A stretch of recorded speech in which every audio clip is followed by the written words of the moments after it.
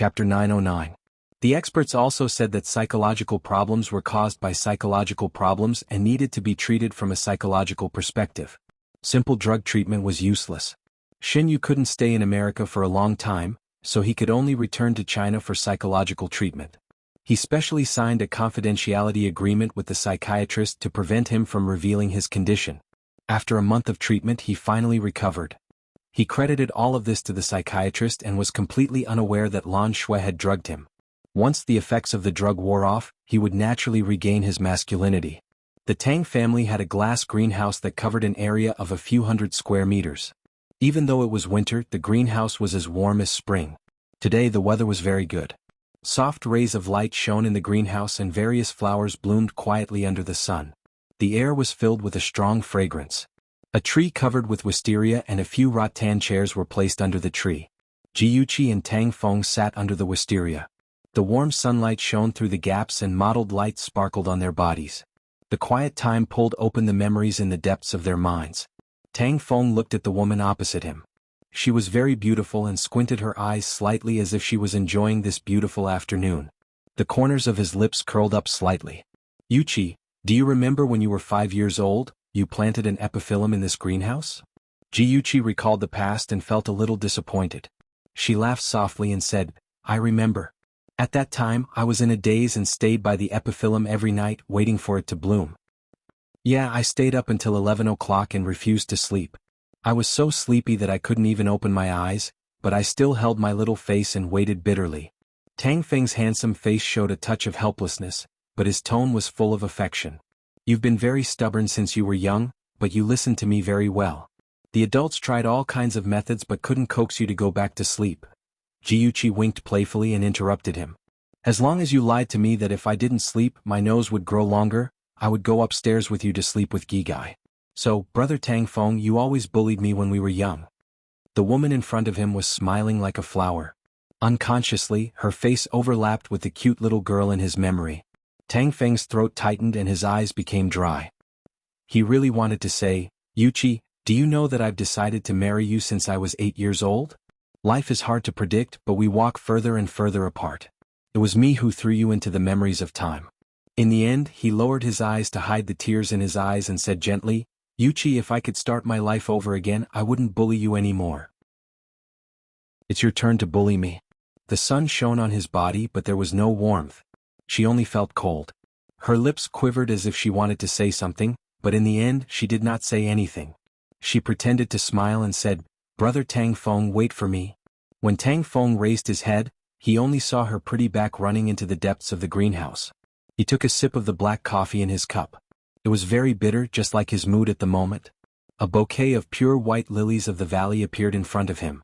She had a sweet smile on her beautiful face, and her eyes were curved into beautiful crescents. Brother Tang Feng, this is for you.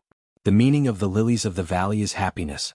As long as you receive the lilies of the valley, you will be blessed by the god of luck. The lilies of the valley were as white as jade, fresh and elegant. They only waited for the person who cared the most. Only the person who loved them the most could hear the sound of their knocking in the wind. In order to obtain true love, they waited for their own spring to come in the lonely valley. It's very beautiful, thank you. The corners of Tang Feng's lips curved. His slender fingers took the small bouquet of lilies of the valley. He was waiting for love and a new beginning. Since she wanted him to be like this, he would follow her heart. Who asked him to bully her for so many years? It was time for him to pay her back. The trip to the Tang family was quite pleasant. Although the elders of the Tang family felt that it was a pity that Jiuqi could not be the daughter-in-law of the Tang family, they had all watched her grow up and sincerely wanted her to be happy. Therefore they did not blame her. Instead, they suggested that she should be recognized as their goddaughter and treat the Tang family as her second maternal family. The Tang family and the Ji family had been friends for generations.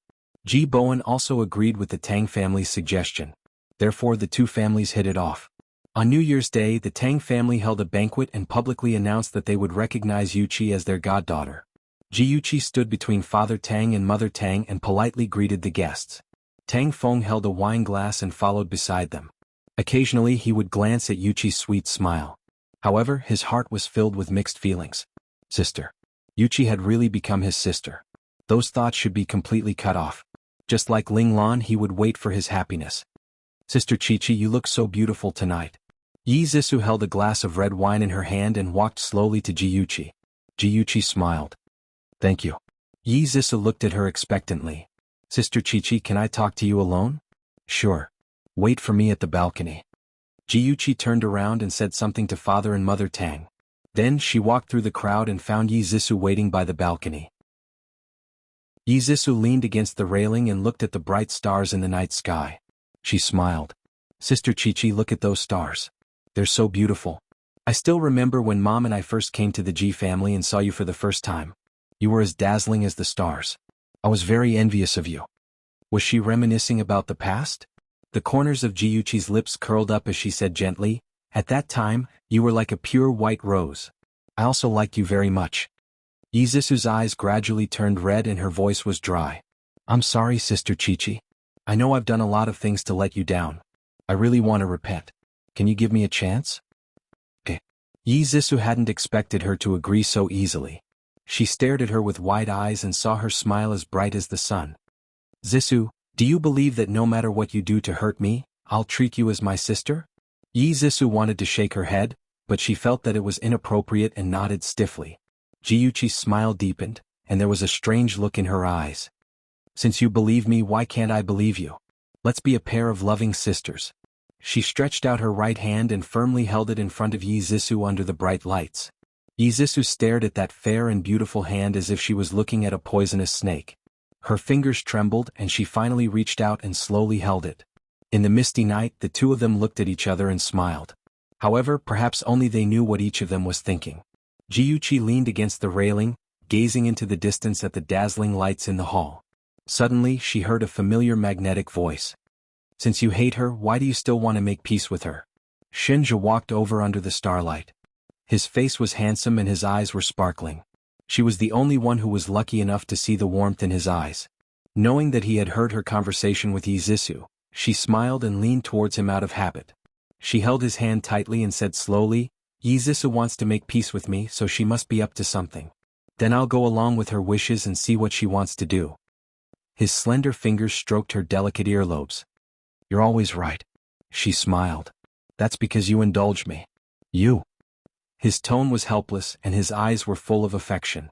Under the dim light, the two figures overlapped each other. What an enviable couple. Tang Feng stood on the high steps and slowly drank the bitter liquid in the glass. Ever since that night, Yi Zissou had returned to her former image of a well-behaved little sister. She called out, Sister Chichi, all day long. She wanted to go to school with her and she wanted to sit with her in class. Even when Jiyuchi went out to play with her classmates, she wanted to interfere. Lin Yushi couldn't stand it and complained to Jiyuchi in private, What's wrong with that Yi Zissou? Why is she pestering you every day? Jiyuchi smiled and said, She's so enthusiastic, so there must be something wrong. I'm just waiting for her to show her tail. It's okay, just pretend that she doesn't exist. We'll play by ourselves. After a few times, Yi Zissou found that Jiyuchi's attitude towards her had improved a lot. She thought that she had broken through her defenses bit by bit.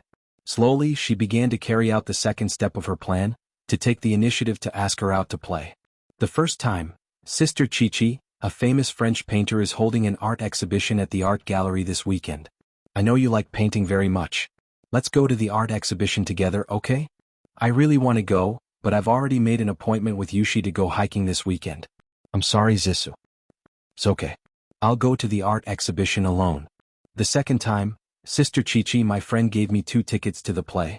Let's go watch the play together, okay? When? Saturday night. Are you free? I'm sorry. I've made an appointment with my friend for dinner on Saturday night. Let's go together next time if there's a chance. After Yi Zissou's invitation had failed 3 times, Jiyuchi decided to give her a taste of her own medicine. On the 4th invitation she agreed, saying that she happened to be free. Hence, on an afternoon when there were no classes, they agreed to go to a clothing store to buy clothes.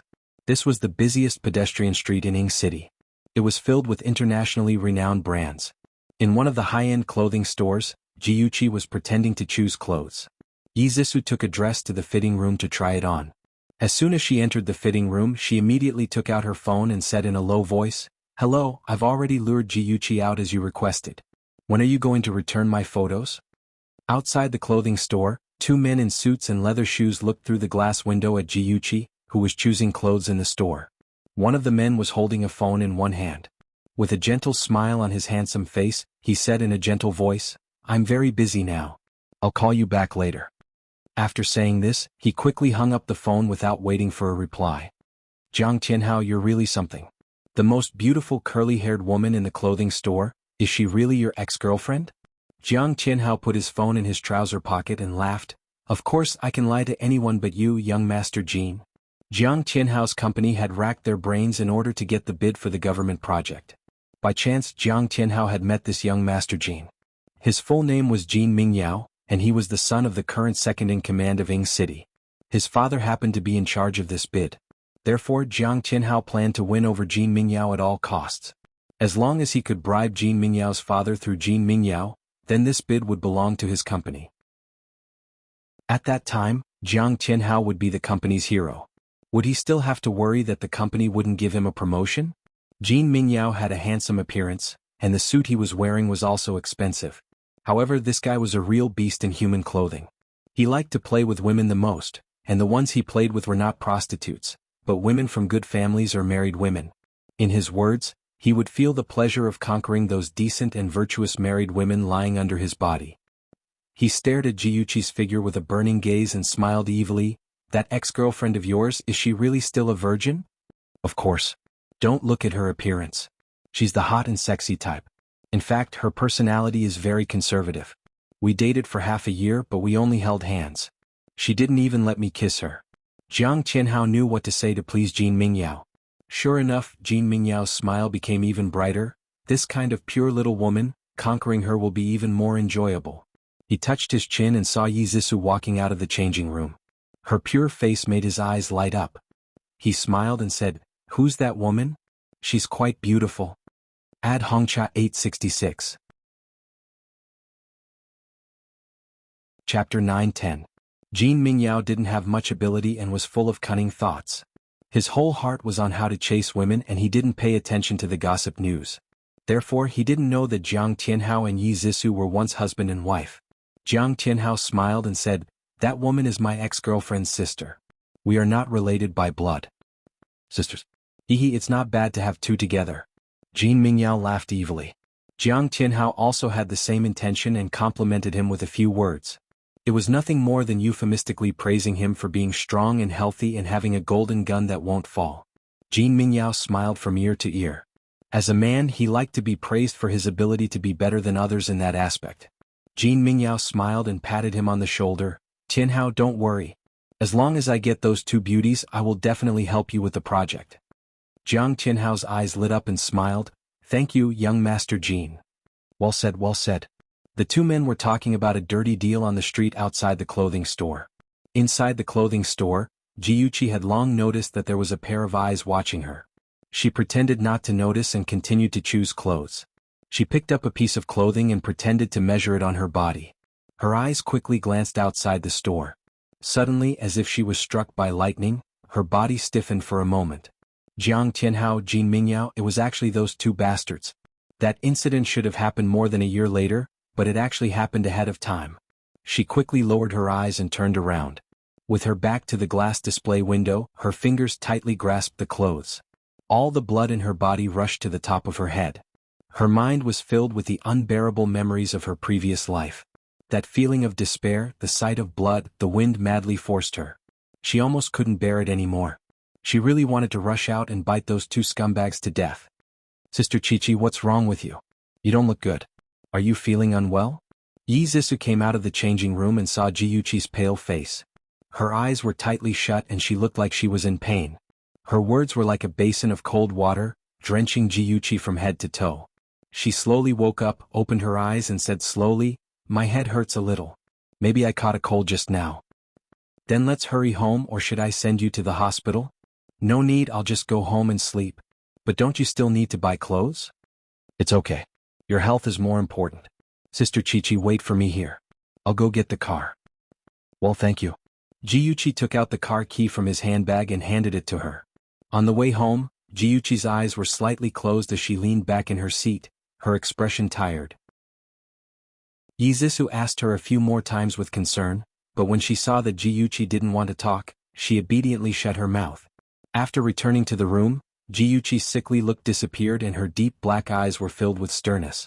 Whenever she thought of the faces of Jin Mingyao and Jiang Tianhao, those two bastards, she was filled with hatred. This time if they came to provoke her again, she wouldn't let those two scumbags off. At the same time in Yi Zisu's room, she held the phone in her hand and said impatiently, "Jiang Tianhao, what do you want? I've already promised you that I'll lead Jiyuchi to the place you said. Why haven't you returned my photos to me?" At this moment she hated Jiang Tianhao to the core. That bastard actually followed her and secretly took all the photos of her with those men in the nightclub. He even threatened her.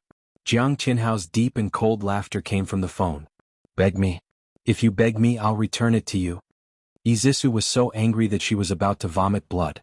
She gritted her teeth and stabbed Jiang Tianhao in her heart. "Haha, why aren't you talking? Beg me, and I'll return it to you."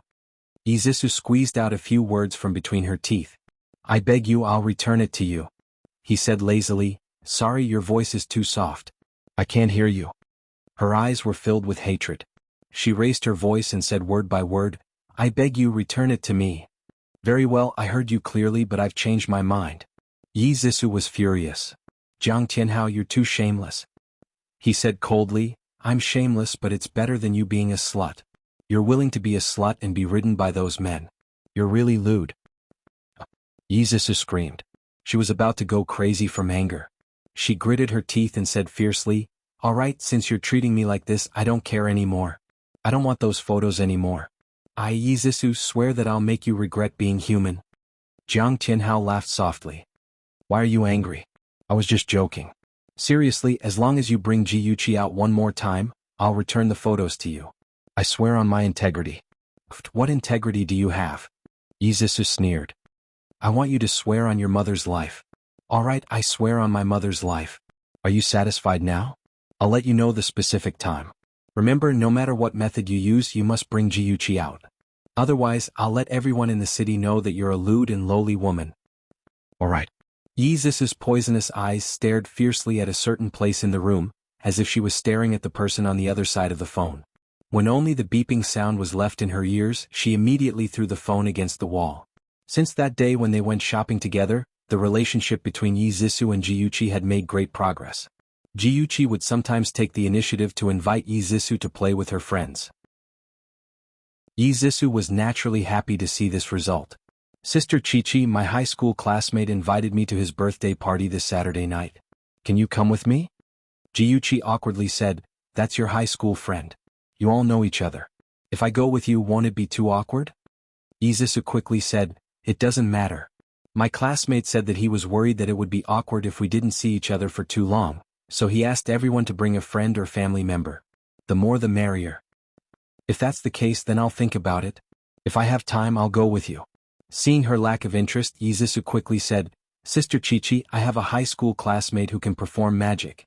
He will also attend the birthday party." Jiyuchi's eyes lit up. "Magic?" "Yes, he can casually conjure a lot of flowers and turn them into white pigeons. He's super powerful. I heard that he's very popular with girls in his university." Jiyuchi broke into a smile. "Since you've invited me, I've decided to accompany you to the birthday ball." Yi Zisu slowly breathed a sigh of relief. Fortunately, he knew that Jiyuchi liked to watch magic shows. He finally convinced her to attend the party with him. This was the most luxurious and lively KTV in Ing City. In a huge private room there were men and women dressed to the nines. Some of them were dancing, some were singing, and some were playing cards or games. A beautiful girl with a crystal crown on her head was surrounded by the crowd. She sat on the sofa like a beautiful princess. She was tonight's main character, Yao Jingjing. Seeing two women walk in from outside, Yao Jingjing stood up happily. "Zisu, I've been waiting for you for a long time. You're finally here." Yi Zisu smiled apologetically. "Jingjing, I'm sorry we're late. Let me introduce you. This is my sister Yuchi.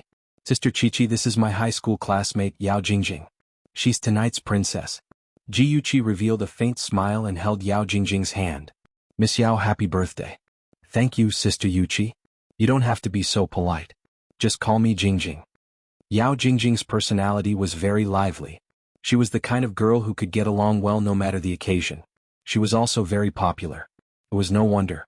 She was one of Jin Mingyao's longest girlfriends. How could she not have some special abilities? Yao Jingjing exchanged a few more pleasantries with Yi Zissou. Jiyuchi stood at the side, maintaining a decent smile. However, she was sneering in her heart. These two acted as if they were very familiar with each other. In fact, this was the first time they had met. They could really act.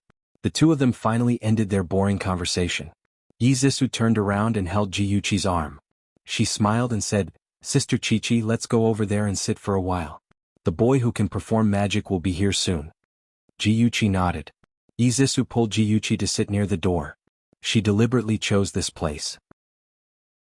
As for the reason, it would be revealed soon. The heavy wooden door was pushed open. A handsome young man dressed in a high-class suit appeared in front of everyone. When everyone's eyes were on him, he smiled and suddenly bent down in Jiyuchi's direction. He stretched out his right hand like a gentleman and said in a magnetic voice with a gentle smile, "Beautiful miss, I'm very happy to meet you." Jiyuchi was stunned on the spot. Yi Zissou quickly poked her arm. She came back to her senses and smiled. "I'm also very happy to meet you." As he spoke, he stretched out his right hand to shake the man's hand. The moment their fingers touched, his fingers suddenly moved slightly and a delicate red rose appeared in his hand.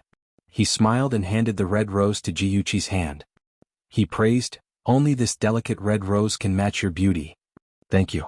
Jiyuchi held the rose tightly and lowered her eyes slightly to hide the bone-chilling hatred in her eyes. Whether it was in her previous life or this life, Jin Mingyao's method of picking up girls was the same. Even his lines were exactly the same. Yi Zissou thought that she was shy, so she moved closer to her ear and whispered, "This is the classmate I told you about, the one who can perform magic. Isn't she interesting?" Jiyuchi nodded gently. "Yes." "Yao, why are you so late? Everyone is waiting for you." Yao Jingjing was like a butterfly that flew quickly to Jin Mingyao's side. As she spoke, her tone was intimate, but her actions were very polite. She kept a step away from Jin Mingyao as if she were an ordinary friend. Beauty Novel Songshu 566. Chapter 9-11. If it weren't for Jiyuchi's investigation, she wouldn't have been able to tell that they were lovers. Yao Jingjing politely introduced them to Jin Mingyao. "Yao, this is Zissou's sister Yuchi. Sister Yuchi, this is our former class monitor. We all call him Yao." Jin Mingyao smiled like a gentleman. "Yuchi. It's a beautiful name. It suits you very well." Jiyuchi rubbed the rose in her hand and smiled. "Thank you. You seem to be very good at performing magic." He raised his eyebrows. "If you like magic, I can perform it for you. I love watching magic shows." Jin Mingyao raised his eyebrows and smiled. He waved his hand in the air and a beautiful lily appeared in his empty hand. He gave the lily to Yi Zissou. "A pure and quiet lily. It suits you best." Yi Zissou smiled shyly and took the lily. Jin Mingyao's movements were very fast. One could only see his hands waving in the air. Flowers of different types and colors flew in his hands, disappearing and reappearing in a different color. Everyone watched with great interest. Even the couples who were dancing couldn't help but stop and admire in a daze. In the end, all the flowers turned into petals and a colorful rain of petals fell from the sky. He put his hand on his chest and bowed to everyone present like a gentleman. Yi Zissou was the first to applaud. Jiyuchi followed suit. Then the applause was like thunder. "That's great. It's the first time I've seen such a wonderful performance. Sister Chichi, it's wonderful, isn't it?" Yi Zissou stared at Jin Mingyao with shining eyes. The corners of Jiyuchi's lips curled up as she praised, "That's right, very good." Jin Mingyao watched with satisfaction as Jiyuchi and Yi Zissou became infatuated with his wonderful performance. He gracefully walked up to Jiyuchi and extended his right hand in a gentlemanly manner. With a charming smile, he said, "Beautiful Miss Yuchi, may I invite you to dance?" Jiyuchi put her hand in his palm. "It's my pleasure." Romantic music flowed slowly under the blurred lights. The men and women on the dance floor danced. Jin Mingyao put his hand on her waist. Feeling her slender waist under his palm, his heart surged. He couldn't wait to drag her onto the bed. However, now wasn't the time. As a qualified beast in human clothing, he had to capture her heart first and then dominate her. The atmosphere of the ball was very lively, and the young men and women were all having a crazy time. Regardless of whether they knew each other or not, they all raised their glasses and tried to persuade each other to drink. Jiyuchi drank one glass of beer after another with the wild crowd. Yi Zissou knew that this ball was a trap to help Jin Mingyao capture Jiyuchi. At first, she was vigilant and worried that she would be dragged into the water. But later she played too much. When Yao Jingjing toasted her, she couldn't help but drink 2 glasses. Soon Jiyuchi was drunk. She leaned weakly on the sofa and stared at the dancing men and women on the dance floor with drunken eyes. She giggled. "Yuchi, what are you laughing at?" Jin Mingyao had been paying attention to her. When he found that she was drunk, he immediately sat beside her quietly. Jiyuchi tilted her head and looked at him. Her beautiful phoenix eyes were slightly narrowed. She looked confused. "Who are you?" Jin Mingyao smiled helplessly. "I'm your friend, Yao." She frowned and thought. After a while she suddenly grinned. Fresh flowers, so many fresh flowers. She was so charming that Jin Mingyao couldn't help but reach out and gently caress her cheek. He whispered, "That's right, fresh flowers. I can conjure more fresh flowers. Come with me. I'll conjure fresh flowers for you to see." She suddenly shook off his hand. She puffed up her cheeks and said angrily, "No, I want Zissou. I want to go home." She staggered to her feet and shouted, "Zissou, where are you?" At this time Yi Zissou was dancing with a handsome man.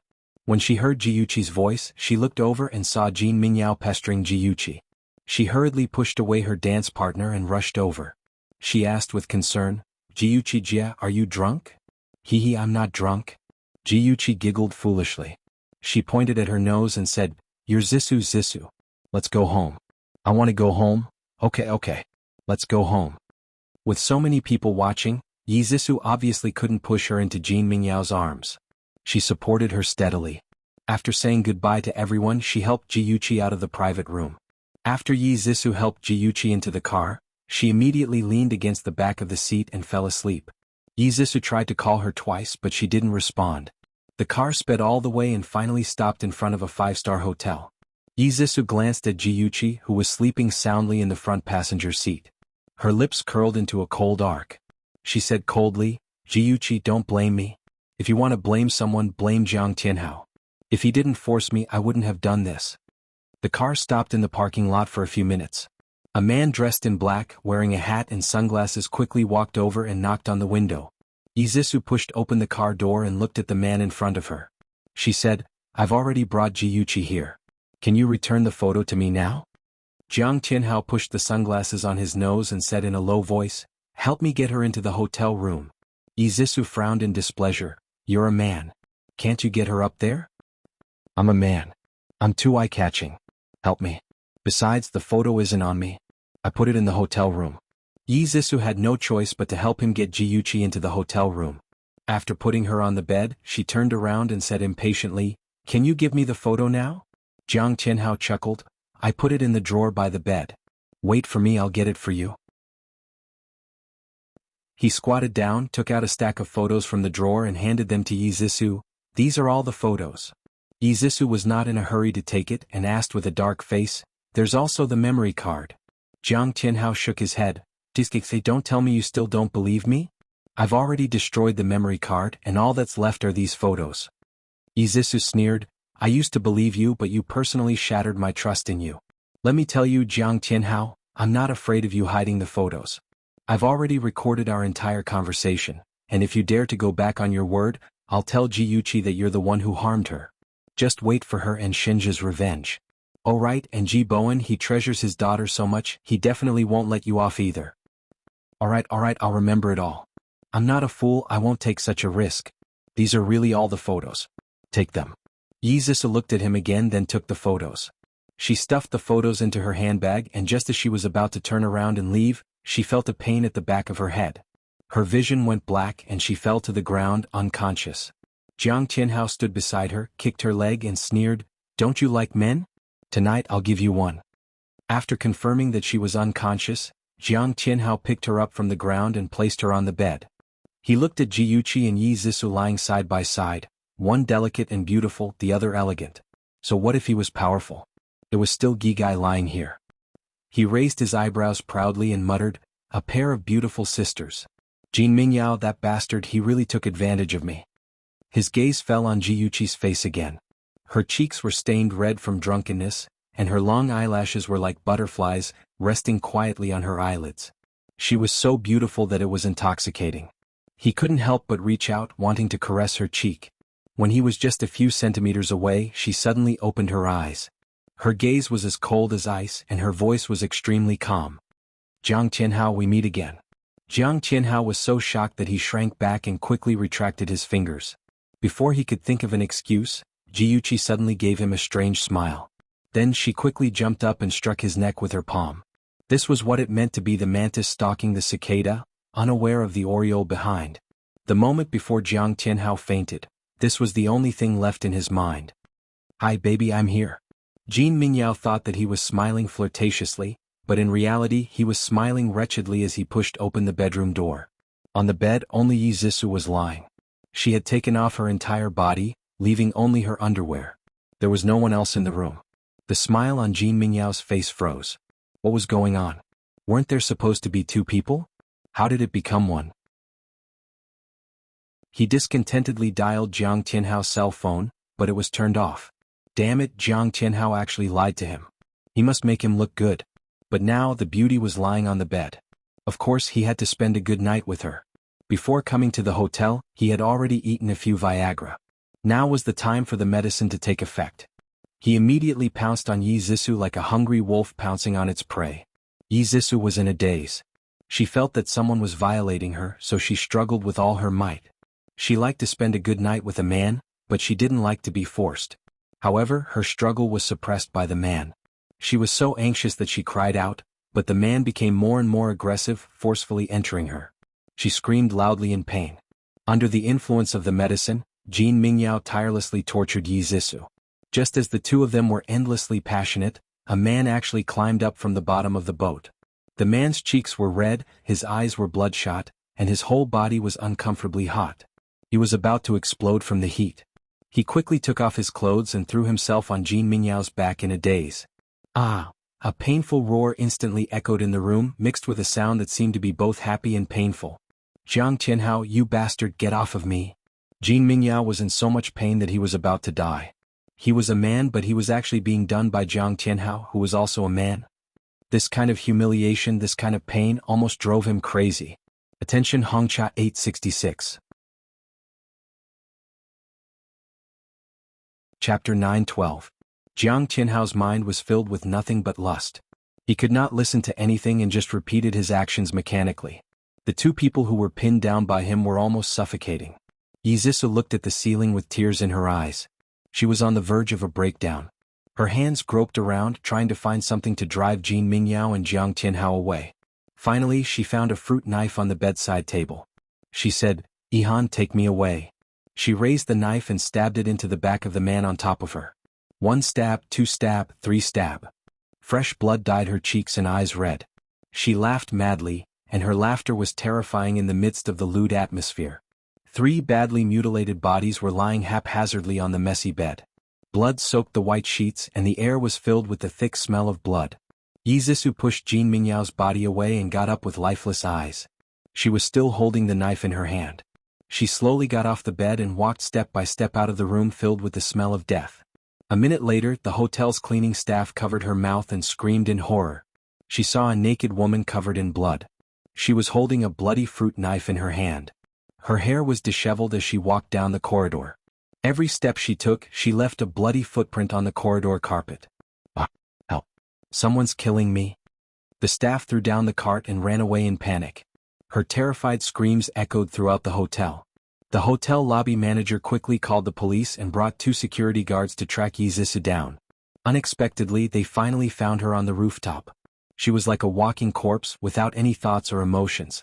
No matter what others said, she didn't react at all. Her unfocused eyes stared blankly in front of her as she walked step by step towards the guardrail. She was like a puppet being led by a string. She slowly climbed up the high railing. As long as her body leaned forward, she would be crushed to pieces. "Miss, that's too dangerous. Please don't get agitated." The police rushed over and surrounded the hotel building. A few members of the team quickly climbed up to the roof and stood about 7 or 8 meters away from Yi Zhisu, trying to persuade her to come down from the railing. Yi Zhisu felt goosebumps all over her body. It was also at this moment that her dazed mind suddenly woke up. She shivered. She saw tall buildings and a bottomless abyss. Her nose smelled the thick smell of blood. She suddenly screamed in horror and threw away the dagger in her hand. Her other hand firmly grabbed the railing. She didn't want to die, she couldn't die. The policeman noticed the change in her mood and gently advised her, "You're still young and you still have a long way to go. No matter what happens, you can always start over. Think about your family, they're all worried about you."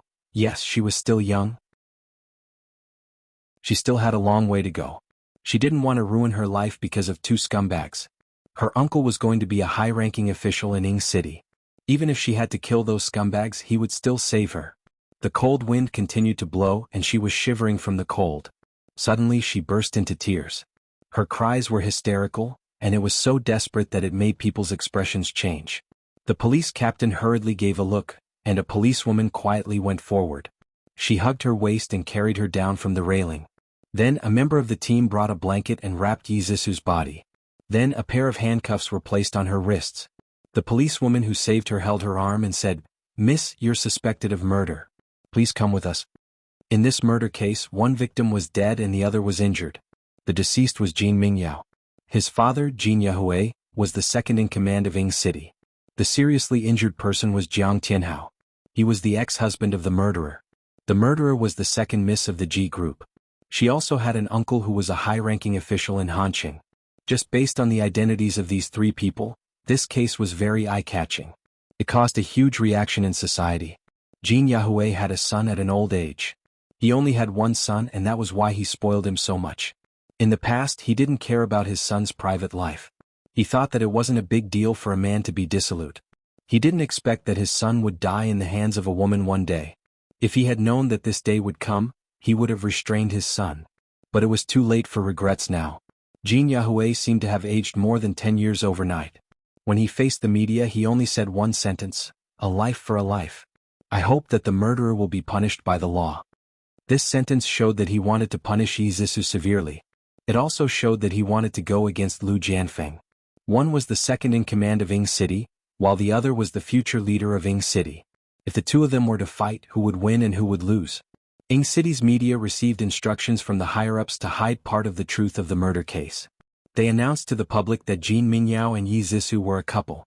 Unexpectedly, Yizisu betrayed Jin Mingyao and had an affair with her ex-husband. Jin Mingyao was flustered and exasperated. He went to the hotel to catch them in the act. Yizisu flew into a rage out of humiliation. She picked up a fruit knife and killed Jin Mingyao. She even injured Jiang Tianhao by accident. According to them, Yizisu was guilty of intentional murder. What a load of nonsense. When Chen Tingfang saw this false news, she slammed the newspaper on the table. She lifted her head to look at the man sitting opposite her and said angrily, "Cousin, the media is spouting nonsense. Yesterday, I went to the detention center to visit Zisu. She told me that Jin Mingyao and Jiang Tianhao were in cahoots and wanted to rape her. She picked up the fruit knife out of self-defense. Cousin, I beg you, please help Zisu. Otherwise she will be sentenced to death." As she spoke, tears fell from Chen Tingfang's eyes. She remembered that when she saw her daughter yesterday, her daughter cried and begged for her forgiveness. She said that she knew she was wrong. Her daughter even knelt down and kowtowed to her. Even though many bad things had happened between them in the past, her daughter was still a piece of flesh that fell from her womb. How could she not feel heartache? Chen Tingfang wiped her tears sadly. She was sad about her daughter's situation. Lu Jianfeng sighed. "I watched Zisu grow up. How could I bear to see her suffer? But Tingfang, you know that I haven't received my transfer order yet. If something goes wrong, this promotion will be ruined.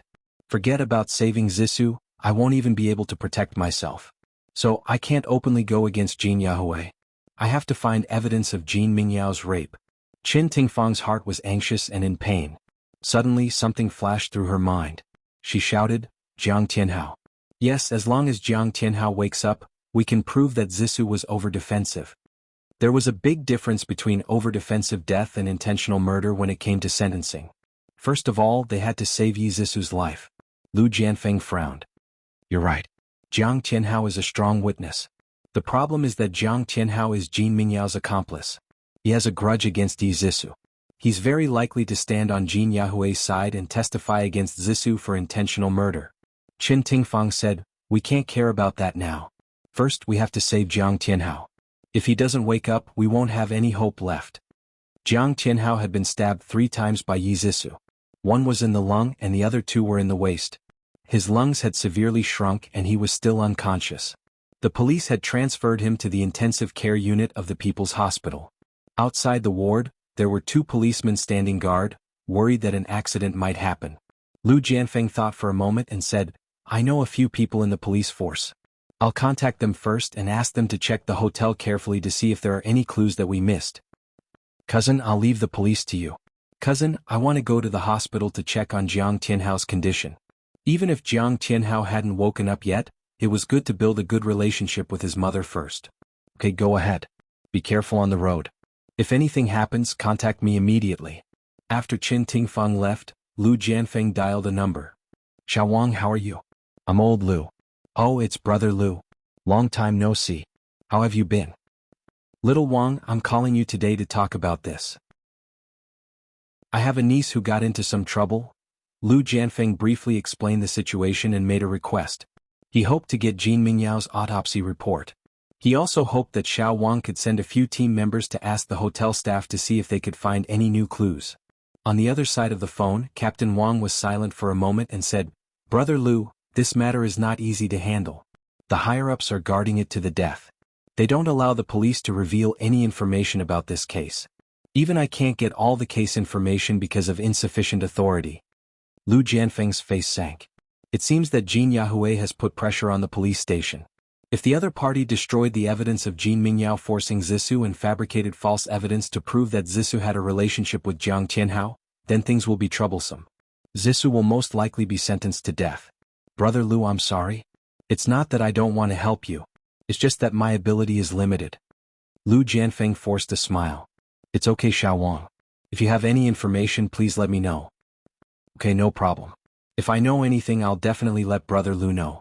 Lu Jianfeng contacted a few acquaintances. Everyone said that they couldn't do anything. He pinched his eyebrows. He couldn't believe that he couldn't win against Jin Yahue. If he was transferred to Ying City in the future, wouldn't he be suppressed by Jin Yahue? On one hand, it was Zissou's life. On the other hand, it was his own dignity. He was really unwilling to admit defeat. He paced back and forth in the living room, frowning. Finally, his gloomy eyes turned to a certain point. He suddenly had an idea. He decided to take a risk and catch them off guard. Welfare Songshu 566. Chapter 9:13. Qin Tingfang bought a lot of fruits and supplements. She asked the chauffeur to take them to the hospital to visit Jiang Tianhao. As soon as she stepped into the ward, Yu Xiu rushed up and shouted at her, What are you doing here? Get out of here. Big sister Yu, I'm here to see Tianhao. How is he doing? Qin Tingfang lowered her stance and asked politely, Who's your big sister? Get lost, get lost. My son and I don't want to see you. There's no good in your Ji family. The old one killed my husband and the young one came to harm my son. Yu Xiu roared angrily. Her hands were not idle as she pushed Qin Tingfang hard. Qin Tingfang staggered back and almost fell. Qin Tingfang steadied herself with the help of the chauffeur. She took a deep breath and forced a smile. Big sister, you listen to me. The most important thing now is to wake Tianhao up. It's useless to throw a tantrum now. Let's sit down and have a good talk. When Yu Xiu thought about how her son was still unconscious, her tears fell uncontrollably. She hated Yi Zissou to the core and her scarlet eyes stared fiercely at Qin Tingfang as she cursed, You little slut raised by a whore, why should I have a good talk with you when you've caused my son to be in such a miserable state? Get out of here right now. I don't want to see you for even a second. Yu Xiu pushed Qin Tingfang out of the ward as she cursed. She threw all the supplements she bought at her and shouted, Get out!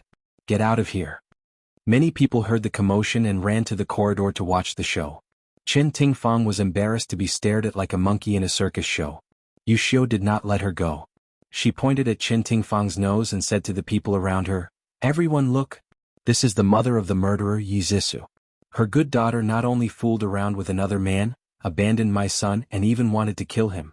Qin Tingfang, do you think you can bribe my son with these supplements? Let me tell you, although we're poor, we have integrity. We won't be bribed by you. The onlookers pointed at Qin Tingfang and whispered among themselves. Some of them even talked about Qin Tingfang's past scandals. Yu Xiu received the support of the crowd and scolded even more vigorously. Even the ancestors of the Qin family and Ji family were scolded by her. The police officer in charge went out for lunch.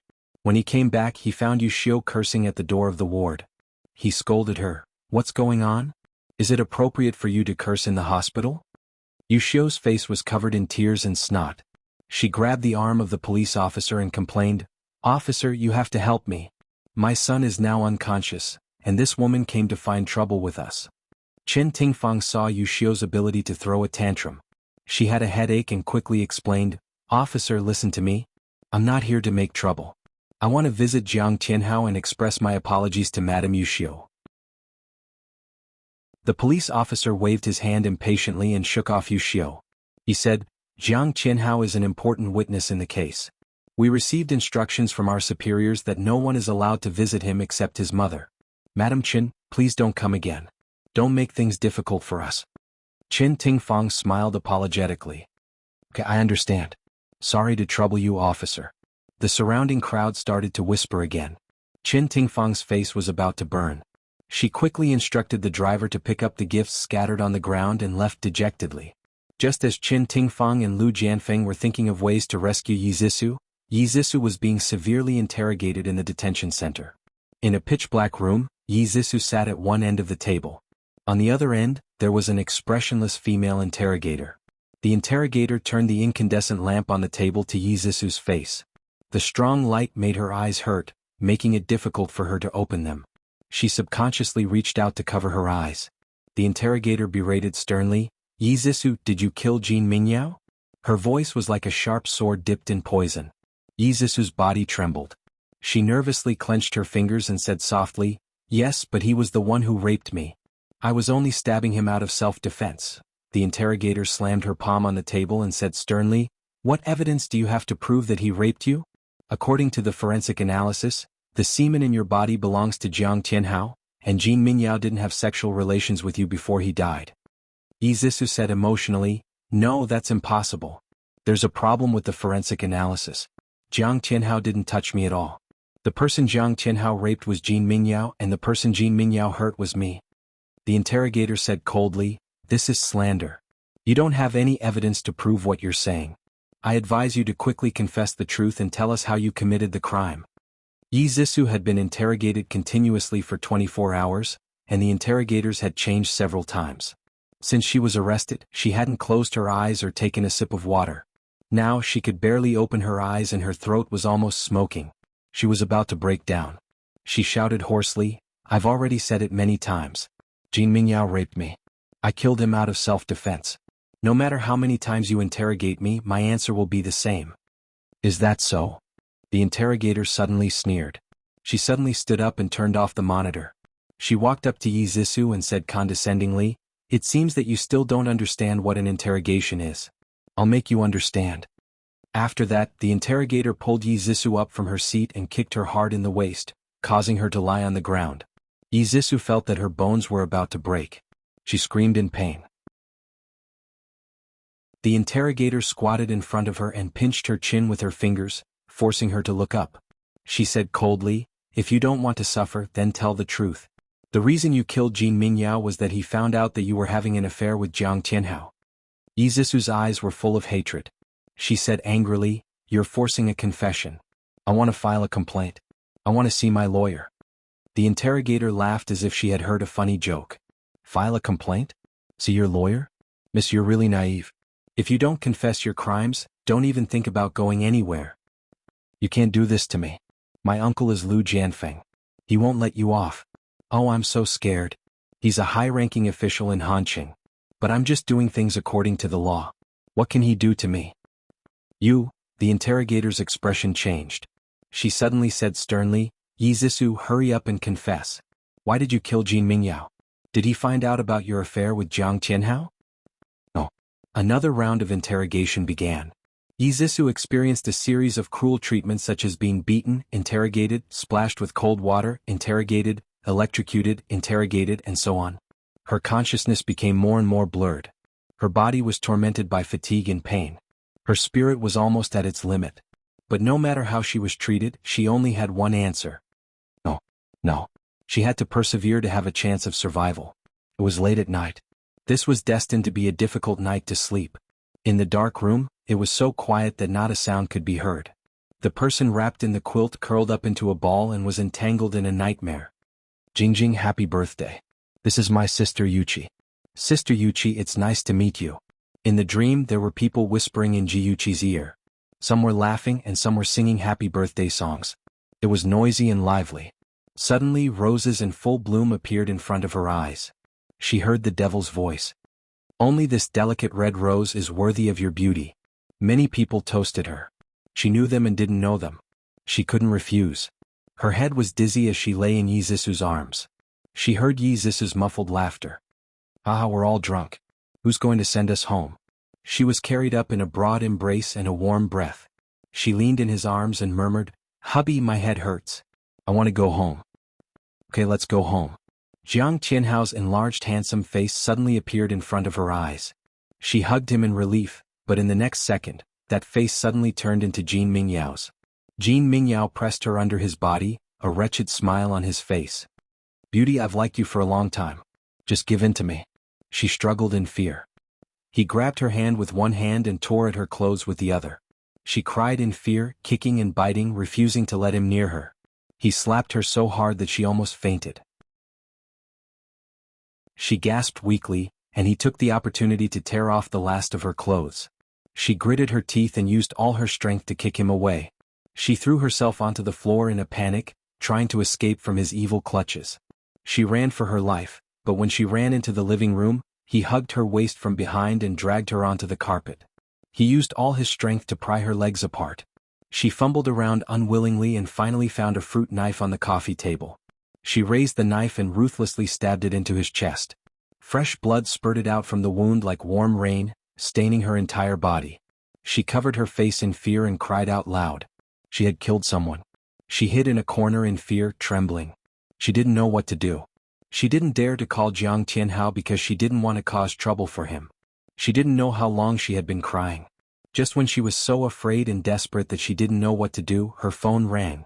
She hugged the phone and wailed. Shinja's anxious voice came from the phone. "Yuchi, what happened? Where are you?" "I killed someone. Shish. I'm so scared. I don't know what to do. I didn't do it on purpose." In the hotel room, Shinja hugged her, who was covered in blood, and held her face in his hands. Attention Xingwu 799. Chapter 9:14. His dull eyes gazed at her face as he said gently, "Chi-Chi, don't be afraid. I'm here." In the prison visitation room, Shinja's hands were cuffed. He had a gentle smile on his face as he said, "Chi-Chi, don't be afraid. I was the one who killed her. Don't feel guilty. Don't feel burdened. Live happily, my Chi-Chi." Through the glass window he said, "Chi-Chi, if you don't love Jiang Tianhao anymore, can you love me?" She bawled and turned herself in at the police station. No one believed her because Shinja had already created perfect evidence to prove that he was the real murderer. He was sentenced to 10 years in prison for manslaughter. The CEO of the Shin Group was reduced to a prisoner because of her. And she was still living in the beautiful dream that Jiang Tianhao had woven for her. When she woke up from the dream, Jiyuchi's face was already covered in tears. She bit the back of her hand and cried bitterly. This nightmare was a replay of what had happened to her in her previous life. It dug out the most painful wound in her heart and showed it to her. She had hurt Shinja once again. The thing that she could not forgive herself for the most was that she had failed to stop Shinja from taking the blame for her. Suddenly she really wanted to see him.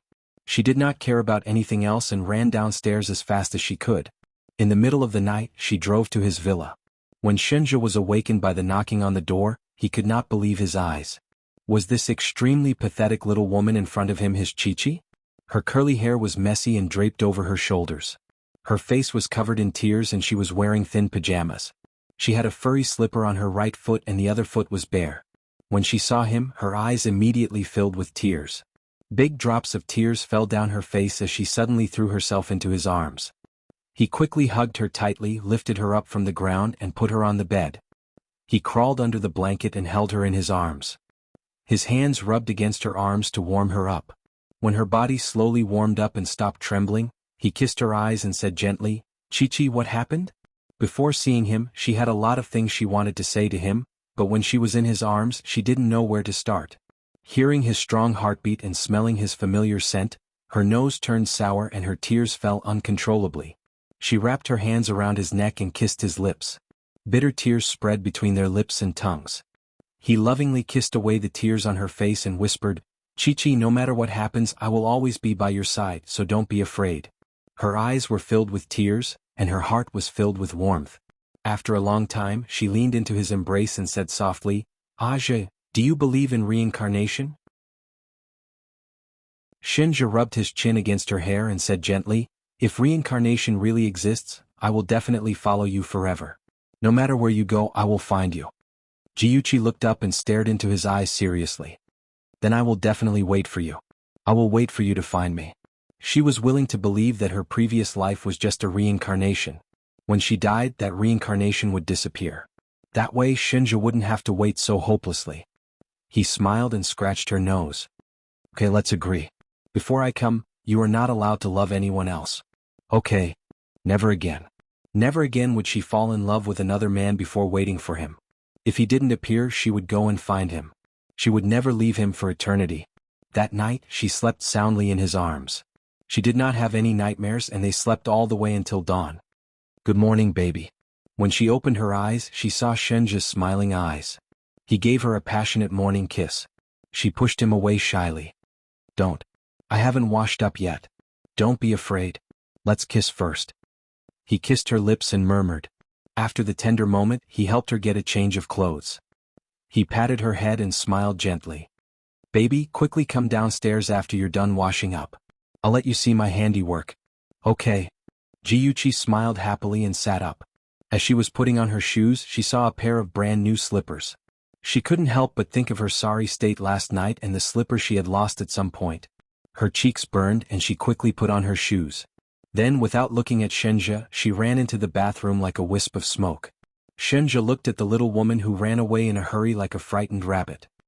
He shook his head in amusement and bent down to pick up the change of clothes. He walked briskly to the bathroom door and gently knocked. He chuckled and said, Chi-Chi, you forgot to take your clothes. Jiuchi opened the door and reached out to take the clothes. She stuck out her tongue embarrassedly. Thank you. Silly little thing. Shinja smiled and rubbed her hair. Go on. I'll wait for you downstairs. The morning sun shone through the huge glass wall and shone into the clean dining room. The two of them sat at a long European-style dining table. On the table was a Western-style breakfast with ham, fried eggs, toast, mellow milk, and an exquisite fruit cake. The atmosphere was very warm. They ate elegantly and occasionally whispered a few words. Both of them had a warm smile on their faces. They were like an old couple who had been together for many years and were full of tacit understanding. After the beautiful breakfast time, Jiuchi took advantage of the warm atmosphere to confess to Shinja what she had done. After hearing her words, Shinja's handsome face turned as red as the bottom of a pot. He gritted his teeth and said, You knew that Jiang Tianhao and Yi Zhisu were trying to harm you, but you still went with Yi Zhisu to the birthday party? Shigegai nodded. Yes. He glared at her and said fiercely, What did you promise me? You won't put yourself in danger again. Did you even take my words to heart? She tugged at his sleeve pitifully. Aja, don't be angry. I'll be fine. I already knew about their tricks, so I beat them at their own game. Otherwise, I wouldn't have put myself at risk. Besides, Qingsang has been secretly protecting me. No one can hurt me. That night, she pretended to be drunk and was taken to the hotel by Yi Zhisu. After she knocked Jiang Tianhao out, she fed him medicine and stuffed him under the bed. Then she put the fruit knife on the bedside table and asked Qingsang to help install the surveillance cameras and design all the links. This led to the tragedy of Broken Chrysanthemum, full of wounds, and led Yi Zhisu to the path of crime. Shinja pinched her cheek fiercely and said through gritted teeth, One day I'll be angered to death by you. Can't you be a little more obedient? Jiuchi hugged his neck and said coquettishly, Aja, after I deal with those people, I'll listen to you and won't mess around anymore. He hugged her and smiled bitterly. Why do I feel like I'm raising a daughter? A rebellious daughter and a troubled father. Chi-Chi, your father must be having a hard time. He didn't dare to imagine what would happen if her plan went wrong and those bastards hurt her. He really couldn't let his guard down for a moment. He had to watch over her all the time in the future. Asha, I love you. Jiuchi held his cheeks and said sweet words shamelessly to divert his attention. Her beautiful eyes looked at him expectantly. Her beautiful cheeks were tinged with a faint blush. She was acting coquettishly. Even if his heart was made of stone, it had already melted. However, he still hardened his heart and said, It's useless to say that I love you. I'm still angry. Aja, I love you. She climbed on top of him and kissed his cold lips with a pout. Seeing that his face was still dark, she continued to kiss him. Every time she kissed him she would say, "I love you," and she would say it in a different language. English, Japanese, Korean, Italian. In order to please young Master Shin, Jiyuchi racked her brains and said all the languages she knew. In the end, Shinja finally lost to her. He kissed her fiercely and planted strawberries all over her neck. With a dark face he said, "Do you still dare to do it in the future?" She grabbed the clothes in front of his chest and blinked pitifully. "I don't dare anymore." Shinja ruffled her hair hard and finally let her go.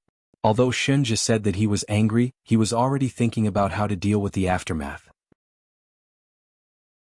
The two of them analyzed the situation and felt that even if Jiang Tianhao woke up, he would not implicate Yuchi in order to protect himself. Otherwise he would have an additional charge of seduction and rape. Therefore, in order to clear his name, he would most likely stand on Jin Yahue's side and admit that he had an affair with Yi Zissou. He would also testify that Yi Zissou had deliberately killed Jin Mingyao. Yi Zissou had Lu Jianfeng's support. In the end, a simple murder case would turn into a power struggle between Lu Jianfeng and Jin Yahue. What they needed to do now was to intensify the conflict between Lu Jianfeng and Jin Yahue. They needed to make them fight and both sides suffer. Jiyuchi took out a USB flash drive from her handbag and handed it to Shinja. "This is the surveillance video of Yi Zissou killing Jin Mingyao. Ahem, the content is heavy, please be careful." Shinja glanced at her and inserted the USB flash drive into the computer expressionlessly. Not long after, the room was filled with moans. After a while, Jiang Tianhao suddenly got up from under the bed and threw himself on Jin Mingyao's body to do some thrusting. Shinja turned to look at Jiyuchi. Jiyuchi quickly covered her eyes with both hands to show that she did not see anything. He turned his head again and watched the video expressionlessly. He completely regarded it as a violent and erotic horror movie. After watching it, he said in a calm voice, "Don't do this kind of thing in the future. Be careful not to get a needle eye." Jiyuchi quickly raised her hand. "I pressed the fast-forward button. I didn't see anything clearly. It's true." Shinja nodded non-committally. "With this evidence, we can at least save Yi Zissou's life. Whether it's Lu Jianfeng or Jin Yahue, if they know of its existence they will get it at all costs." Jiyuchi touched her chin with her right hand and smiled maliciously. "Then let them fight. It's best if they fight until they bleed." Attention Hongcha 866. Chapter 9:15. Just as the police were extorting a confession from Yi Zissou, the situation suddenly took a turn. Someone anonymously called the TV station and said that he lived in the building opposite the hotel and saw the incident with his binoculars. Yi Zissou was actually knocked out by Jiang Tianhao and then raped by Jin Mingyao. After that, Jiang Tianhao raped Jin Mingyao. This statement was simply too shocking. Even if the TV station was ordered by the higher-ups to not broadcast any news that went against Jin Mingyao's reputation, there were still a few bold people who spread this shocking news on the internet. The power of the netizens was very strong. In just one night, this news was pushed to the headlines. Many netizens stood up to support Yi Zissou and believed that she was indeed raped and killed because of excessive self-defense. There were also people who revealed that Jin Mingyao was a womanizer and had improper relationships with many women. They even said that he had once raped an underage prostitute. There were even people who questioned why the mainstream media did not objectively report the murder case and instead stood on Jin Mingyao's side. That person sharply pointed out that there was only one answer, and that was Jin Mingyao's father, Jin Yahue, who was manipulating things behind the scenes. Jin Yahue abused his power for personal gain and was unworthy of the title, public servant. As the matter blew up, Jin Yahue was pushed into the limelight. On the other hand, Yi Zissou's backer, Lu Jianfeng, remained silent and almost made people forget about his existence. Chen Tingfang looked at the heated discussion on the internet and said uneasily, "Cousin, is this really going to work?" The mainstream media still did not speak up for Zissou. Will Jin Yahue continue to suppress news that is unfavorable to Jin Mingyao? Lu Jianfeng said in a deep voice, "Of course this is not enough. Next, I will take out evidence of Jin Yahue abusing his power for personal gain and bending the law for personal gain. I will let the higher-ups notice him and investigate his background. Let's see how long he can be arrogant." Having been in the officialdom for many years, Lu Jianfeng naturally had some connections. He went around collecting evidence of Jin Yahue's crimes, wanting to pull him down. This way, Jin Yahue would no longer be able to interfere with Zissou's case. Although the method was a little roundabout, it was the most effective. Recently, Jin Yahue had been overwhelmed by the news on the internet. He guessed that someone was adding fuel to the fire behind the scenes, trying to oust him from his position. However, he couldn't back down. If he backed down, his dead son would have to bear the infamy. He had to make Izisu pay for his son's life. He asked his subordinates to contact all the major websites and asked them to quickly delete those unfavorable comments about him. He also called his former leaders to explain the whole story and said that he was absolutely innocent to gain their support. Just as he was getting tired of dealing with them, he received a mysterious email. The content of the email was very brief. "I'm an eyewitness. I know the whole truth." Jin Yahui's expression changed and he immediately replied, "Why should I believe you?" About 10 minutes later, the other party sent an email with no content, only a video. He clicked on the video. The playback wasn't smooth and it was very choppy. However, he could clearly see that it was indeed his son raping Izisu. Halfway through the video, a man suddenly popped out from under the bed. At this moment he suddenly heard a click and the video turned pitch black. No matter what he did, he couldn't continue playing the video. What happened after that? Jin Yahui's mind was full of questions. Even though he knew that the other party was deliberately baiting him, he still replied, "Who are you? What's your motive?" This time the other party replied very quickly, "It's very simple. I want you to let Izisu off." Jin Yahui frowned and his mind raced. If the other party wanted to let Izisu off, then he must be someone who knew Izisu. Ji Bowen was just a businessman and Izisu was his stepdaughter. He wouldn't go to such lengths for her. Could it be Izisu's uncle, Lu Jianfeng? Jin Yahui connected the dots and thought about it seriously. Suddenly, everything became clear. According to the gossip from his colleagues, Lu Jianfeng was about to be sent to Ying City. That meant that he had a reason to target him. Firstly, he wanted to save Izisu. Secondly, he wanted to pave the way for him to come to Ying City and get rid of him. He gritted his teeth and replied, "Are you the one who targeted me on the internet?"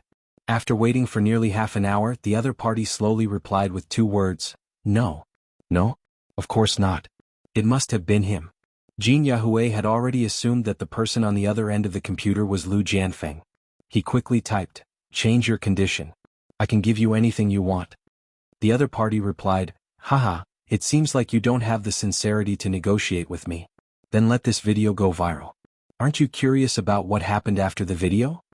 What happened after the video? Could it be that the rumors on the internet were true? That Jiang Qianhao had raped his son? That was simply unbelievable.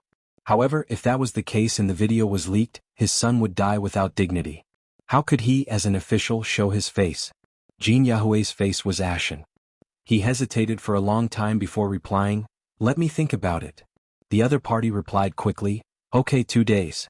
After 2 days, I will let you and your son's reputation fall to rock bottom. Lu Jianfeng, you and I are irreconcilable." Jin Yahui was furious. He slammed his palm on the table, causing the cup on the table to fall to the ground and shatter into pieces. What Jin Yahui didn't know was that when he opened the other party's email, the complete video of the rape had been injected into his computer by a virus and stored on the E-drive. On the other side, Chen Tingfang also received an email. There was also an incomplete video in the email. The person who sent the email wrote, "I found this video when I was helping someone repair their computer. I was shocked at the time, so I secretly saved it. Unfortunately, the video was injected with a virus. Halfway through the video it will be automatically destroyed. Even I can't restore it. After I found out the truth, I was very hesitant. I didn't know if I should stand up for you. However, when I thought of an innocent woman being raped, falsely accused, and even sentenced to death, my conscience was condemned. I couldn't stay silent anymore, so I sent the video to you. I hope you can help Miss Yi." Chen Tingfang's body trembled as she watched the video. She watched her daughter being humiliated with her own eyes, but she couldn't do anything to save her. Her heart ached like it was being stabbed by a knife. Her fingers trembled as she replied to the email, "I am very grateful that you sent this evidence to me. May I ask, who did you see it when you were helping repair their computer?" She waited until the evening before the person replied, "That person is too powerful. I don't dare to be his enemy. I'm just an ordinary citizen. This is all I can do. I'm sorry." "It doesn't matter. I'm still very grateful to you." Chen Tingfang's whole body leaned on the soft chair. Her eyes stared blankly at the computer screen. In her heart she already had the answer. Must be Jin Yahui. After Lu Jianfeng learned about this matter, he said decisively. Chen Tingfang looked tired. "I guessed it was him. If the evidence is in his hands, then it will be troublesome. He will definitely destroy it." Lu Jianfeng's face was calm. His fingers gently tapped the back of the chair and said, "Even if there is only a glimmer of hope, we can't give up." Qin Tingfang hurriedly asked, "Cousin, do you have any good ideas? I know a very powerful hacker. Let him hack into Jin Yahui's computer and see if he can find the complete video." Lu Jianfeng frowned slightly. Actually, there was another way, and that was to hack into Jin Yahui's home to look for possible evidence. However, the risk was too great. If the matter was exposed and he was implicated, then his career would be over. Just as Lu Jianfeng was thinking of a way to deal with Jin Yahui, news came from the hospital that Jiang Tianhao had regained consciousness. This news immediately caused a sensation. Many media reporters blocked the entrance of the hospital, wanting to interview Jiang Tianhao. However, they were all stopped by the police guarding him outside the door. The criminal police in charge of the case also rushed to the hospital immediately to ask about the case. Jiang Tianhao was still very weak. His face was as pale as a sheet of paper. After he woke up, he found out about the progress of the case from Yuxiu. He immediately chose the statement that was most beneficial to him. Facing the police officer who was taking down his statement, he slowly said, "On the night of the incident, Yizisu asked me to meet and said that she wanted to talk to me. After all, we were husband and wife, so I agreed. When I rushed to the hotel, I found that she seemed to be drunk. She hugged me and refused to let go. She even said that she wanted to remarry me. I couldn't control myself and had sex with her." The police officer asked, "When you had sex with her, did you know that she was dating Jin Mingyao?" The police officer's words were very tempting. Jiang Tianhao followed his direction and replied, "I didn't know. She didn't mention it to me." "What happened after that?" "When we were having sex, Jin Mingyao suddenly appeared. He scolded Yizisu and said that she was AB***. He said that she was already in a relationship with him and was still seducing another man.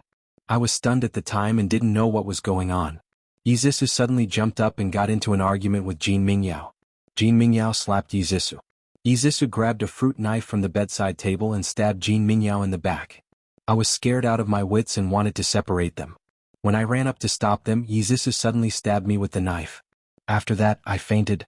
"Did you see Yizisu kill Jin Mingyao with your own eyes?" "I saw her stab him many times, but I wasn't sure if he was still breathing because at that time, I was already unconscious." The police officer asked a few more questions, and Jiang Tianhao answered them one by one. In short, not only did he clear his name, but he also cleared the suspicion of Jin Mingyao's rape and pushed all the blame onto Yizisu. Beauty novel Songshu 566.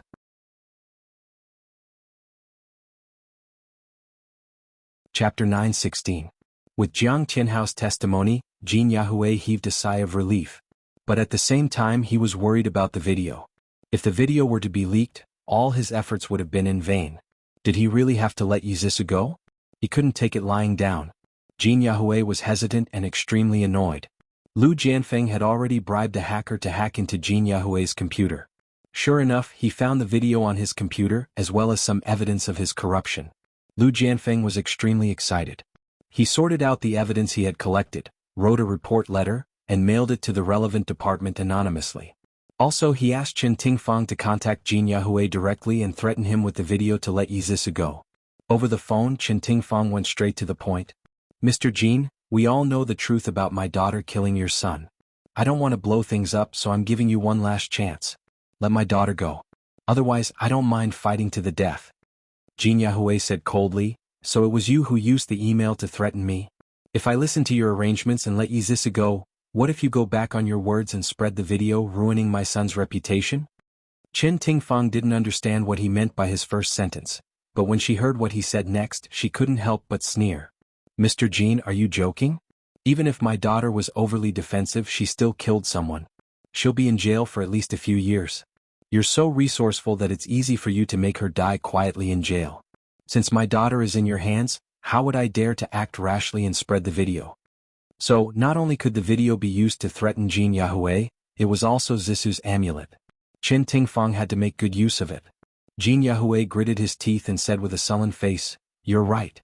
If you dare to go back on your words, I won't let you off. Don't worry, I'm not that stupid.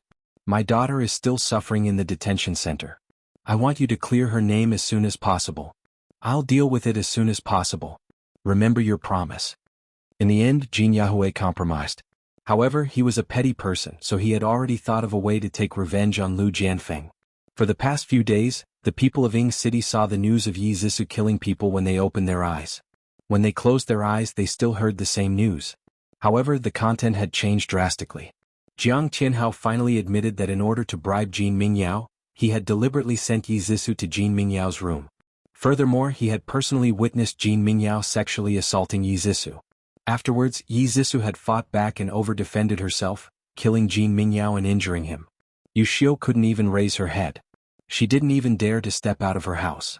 Yi Zissou was finally released from the little black room. The dark interrogation and 7 days of torture had caused her body to become thin and haggard. She was like a withered rose, completely devoid of life. When Qin Tingfang saw Yi Zissou in the reception room, she almost couldn't recognize her. She was sitting in front of the thick glass in a daze like a puppet. Her pale face still had scars that hadn't healed. It was obvious that she had been violently treated in the detention center. Qin Tingfang's heart ached so much that tears streamed down her face. After calling her name a few times, she finally looked up at Qin Tingfang and called out in a daze, "Mom?" Qin Tingfang's tears fell even more fiercely. She reached out her hand and pressed it against the glass. She forced out an ugly smile to comfort her. "Zissou, don't be afraid. You'll be fine. Mom and Uncle are trying to think of a way for you." Yi Zissou saw a familiar yet unfamiliar face through the glass. That face was covered in tears and she was crying so sadly. When she was being tortured in the little black room, every time she couldn't hold on, she would think of her mother. She would think of her mother's promise that she would get her out. She would then muster up her courage again. Yi Zissou didn't dare to recall those dark days. She slowly reached out her right hand and pressed it against Qin Tingfang's hand. She said in tears, "Mom, I'm sorry. I was wrong in the past.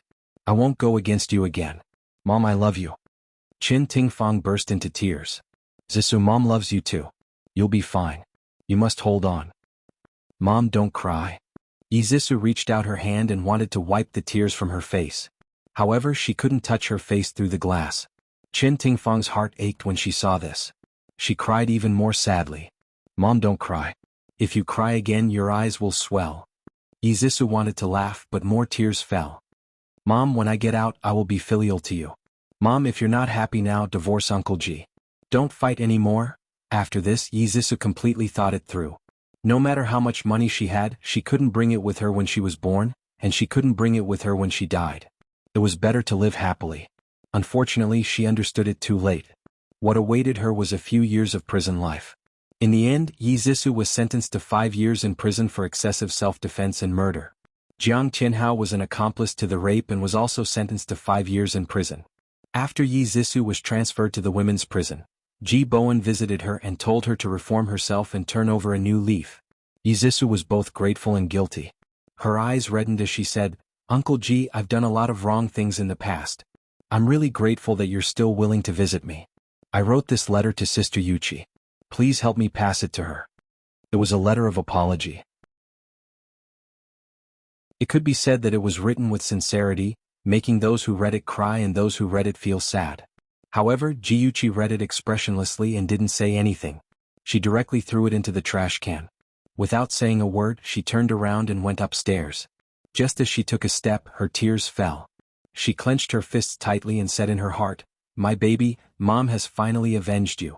That evil woman who harmed your life has finally received the punishment she deserves." Ji Bowen looked at his daughter's lonely and proud back view and sighed helplessly. Some injuries left scars that could never be healed. Lu Jianfeng used a business trip as an excuse to rush from Hanqing to Ing City to deal with Yi Zissou's case. After her case was settled, it was time for him to return to Hanqing. When Qin Tingfang sent him to the car, he looked at her deeply with a hint of reluctance hidden in the depths of his eyes. In the end, he raised his hand and stroked the hair by her ear just like he did when he was younger. His fingers inadvertently brushed against her cheek, and his deep voice had a different kind of warmth. "Tingfang, I'm leaving. Take care of yourself." Qin Tingfang smiled and said reluctantly, "Okay, you take care too. Cousin, I don't know when I'll see you again." Lu Jianfeng couldn't help but hug her and whispered, "Soon. When I'm transferred to Ing City, you'll be able to see me anytime." She patted his waist gently with her right hand and smiled. "Okay, I'll be waiting for you. Cousin, be careful on the road." The woman in his arms was already old. She wasn't as young and beautiful as she was when she was young, but in Lu Jianfeng's eyes she would always be the little girl in his arms. He tightened his arms and slowly let go of her. In a gentle voice he said, "Zissou is right. If you're not happy, divorce Ji Bowen. I can still afford to raise you." Qin Tingfang pouted coquettishly. "I'm already the child's mother. How can I let cousin raise me and become a joke to others?" Lu Jianfeng's deep eyes gazed into her eyes. His lips moved slightly, but in the end he didn't say anything. He only pressed his broad palm on her head and said in a low voice, "I'm leaving. Take care." The car slowly drove out of the Ji residence. Qin Tingfang stood at the gate of the courtyard and looked in the direction of the car. She smiled faintly. After Lu Jianfeng got into the car, he leaned against the back of the seat and closed his eyes to rest. The car sped along and soon drove up the mountain road. He felt that the car was getting faster and faster and he felt uncomfortable. He opened his eyes and looked at the driver in the front seat. He said lightly, "Xiaoyang, drive slower." Xiaoyang's forehead was covered in cold sweat. He looked at Lu Jianfeng through the rearview mirror and said nervously, "Minister Lu, the car's brakes are broken." Lu Jianfeng's heart tightened. He quickly straightened his body and said in a deep voice, "Don't panic. Stay calm. Pay attention to the road ahead and control the steering wheel." Xiaoyang was an experienced driver who had been with him for 3 years. If even he was panicking, it meant that the situation was very dangerous. Sure enough, Xiaoyang gritted his teeth and said, "I've already tried to reduce the speed but it didn't work. If it really doesn't work, we can only rely on friction to reduce the speed of the car." "Minister, sit tight." Lu Jianfeng nodded. "Okay, don't be nervous. You can do it." Just as he finished speaking, a truck came out of the fork in the road and rushed towards their car. Xiaoyang watched as it drove into their lane. Xiaoyang nervously honked the horn. The truck continued to drive as it got closer and closer. Xiaoyang made a prompt decision and turned the steering wheel to the side of the road. Who knew that the truck would also turn into the lane? Seeing that the two cars were about to collide, Xiaoyang turned the steering wheel again. The car was like a divine dragon swaying its tail. With a violent inertia, it slammed into the side of the road. There was no control of the brakes. After hitting the green belt, it crashed into the fence behind it. The loud sound of the collision echoed in the empty valley. The front of the car was smashed into the green belt and was dented. It was hard to imagine the situation of the people sitting in the car. The truck driver saw that the situation was bad and had already driven away. In the narrow car, after the windshield was smashed, the debris scattered everywhere. Xiaoyang's body was covered in cuts and blood. He hung his head and leaned against the back of the seat, motionless. No one knew if he was dead or alive. Lu Jianfeng, who was sitting in the back, had his arms and legs cut by the glass. At the same time, his head hit the front seat and was in a semi-conscious state. He struggled to open his eyes and called out Xiaoyang's name with a hoarse voice. There was no response for a long time. In the end, he struggled to take out his phone and called the emergency number. "Attention, Xinwu 799.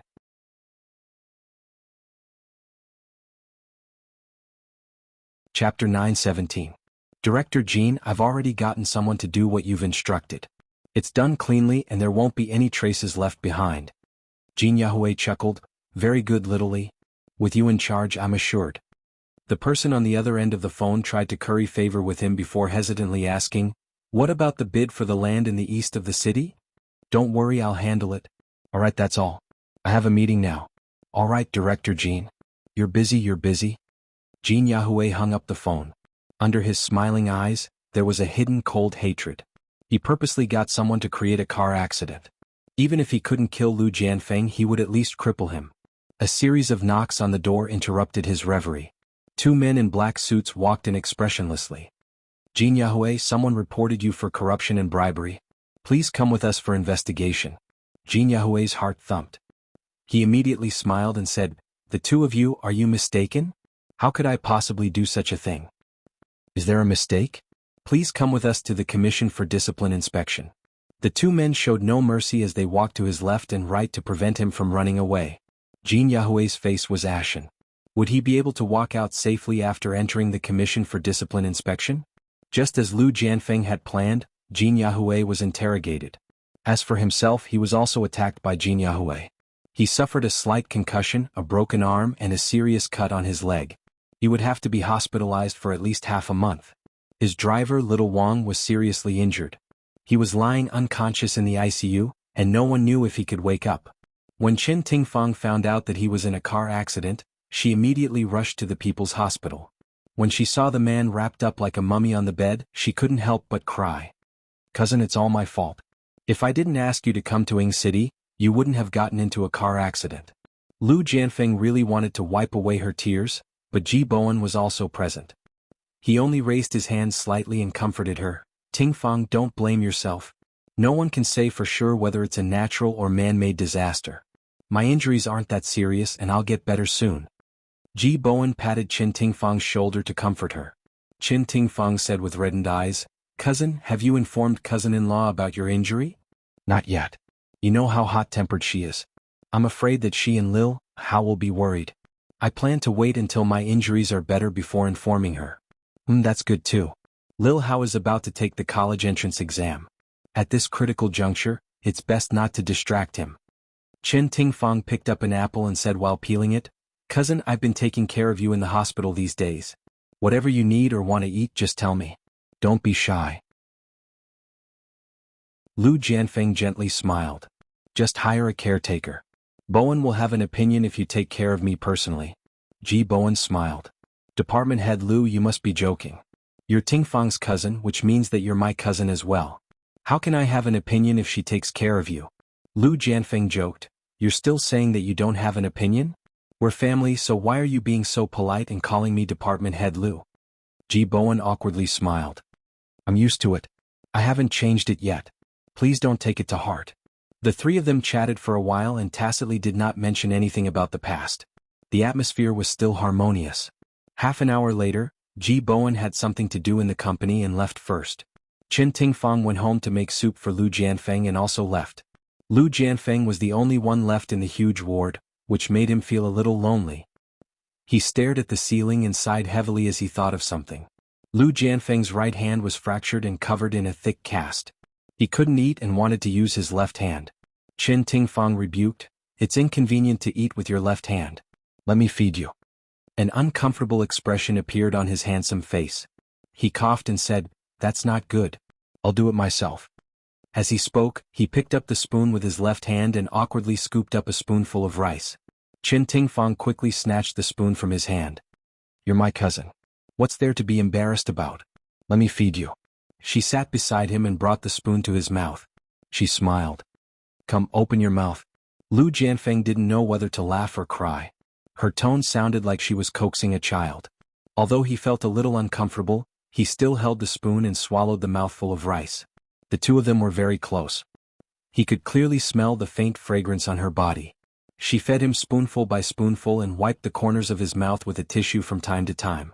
Her expression was very gentle and her gaze was very focused. Lu Jianfeng's muscles gradually tightened and a complicated emotion flashed across his deep eyes.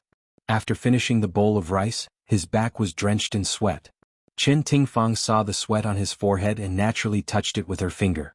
She said softly, Cousin, why are you sweating? I'll get some hot water to help you wipe it. Lu Jianfeng pressed her hand and said in a dry voice, No need. You've been out for a long time. Go back early. Qin Tingfang's expression darkened and her tone was bleak. There's nothing to do even if I go back. Facing the empty big house, there's no one to talk to. Zissou isn't here either. Just thinking about it makes me sad. It's better to stay here and accompany cousin. There was a hint of heartache in his eyes and he tightened his grip on her hand. Since you're unhappy, why do you have to suffer? She smiled bitterly and shook her head. Cousin, I'm not willing to give up just like that. I've worked so hard for him for so many years, and I have nothing to say if I can't compare to his dead wife. However, I can't even compare to his child. He only treats me as a nanny of the Ji family. He only said that I'm heartless and hurt his child, but why didn't he ask me why I became like this? It's all Ji Bowen's fault. The heartache in his eyes deepened, and he couldn't help but reach out to stroke the hair by her ear. Just like when they were young, whenever she was wronged, he would silently sit by her side. He didn't say any comforting words, but just quietly accompanied her. Her eyes were sore and she almost cried. She quickly stood up and turned her back. I'll get a basin of hot water. When she returned with hot water, there was already a faint smile on her face. She wet the towel in the hot water, wrung it dry and carefully wiped his cheeks. Her extremely gentle action was like a feather, causing ripples in the deep lake of his heart. During this period, Qin Tingfang would personally cook every day, make soup, cook, and send it to the hospital personally to take care of Lu Jianfeng. With Lu Jianfeng's comfort, her mood was much better. Occasionally she would make soup in the kitchen and hum a little song that she liked when she was young. Today she was carrying a box of food and was about to go out when an angry voice came from outside. "Let go of me. Let go of me. I want to see that bitch Qin Tingfang." Qin Tingfang's eyes narrowed and she snorted. It was Yuxiu. She clearly remembered how Yuxiu humiliated her in the hospital. She didn't settle the score with her, but she actually came knocking on her door. She really deserved it. Qin Tingfang put the box of food on the table and quickly walked to the door. Her face darkened and her sharp gaze swept across the three people in front of her. Two security guards grabbed Yuxiu's arms on both sides. They hadn't seen her for more than 10 days and half of her hair had turned white.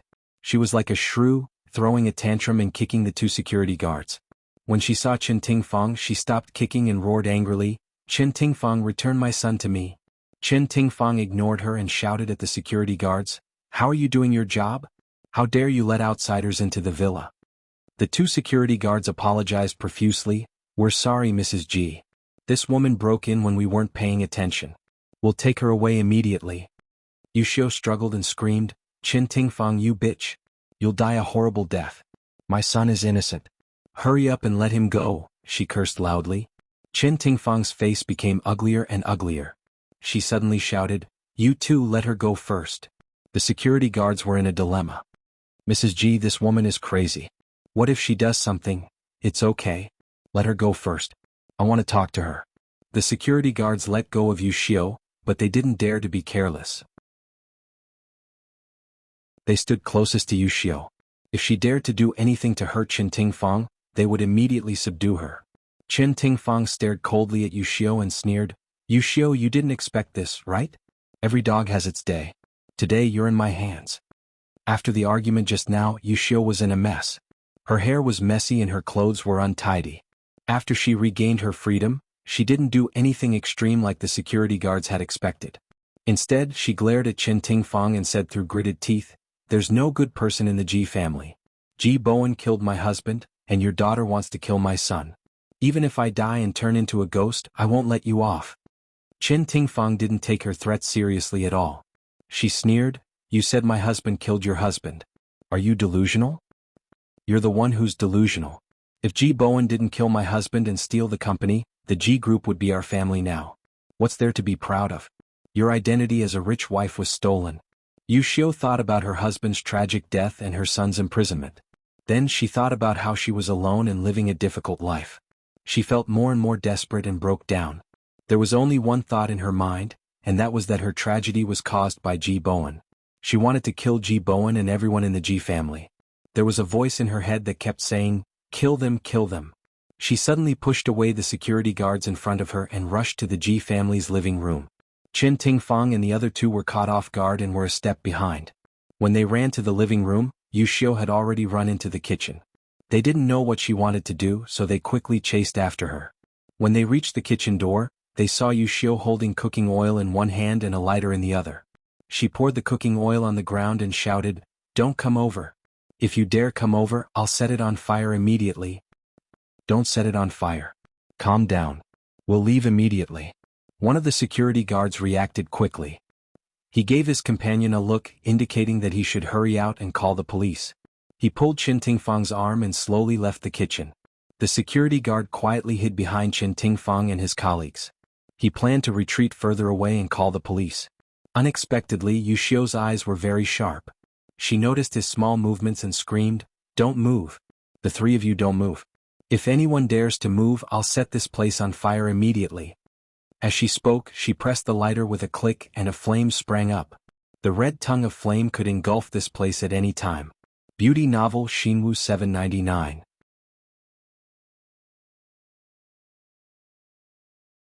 Chapter 918. Qin Tingfang reached out and comforted her nervously, "Don't move, don't move. We won't move. Ms. Yu, please calm down. Put down the lighter. If there's anything, let's sit down and talk." Yuxiu hugged the cooking oil and approached them step by step, forcing them to retreat from the kitchen.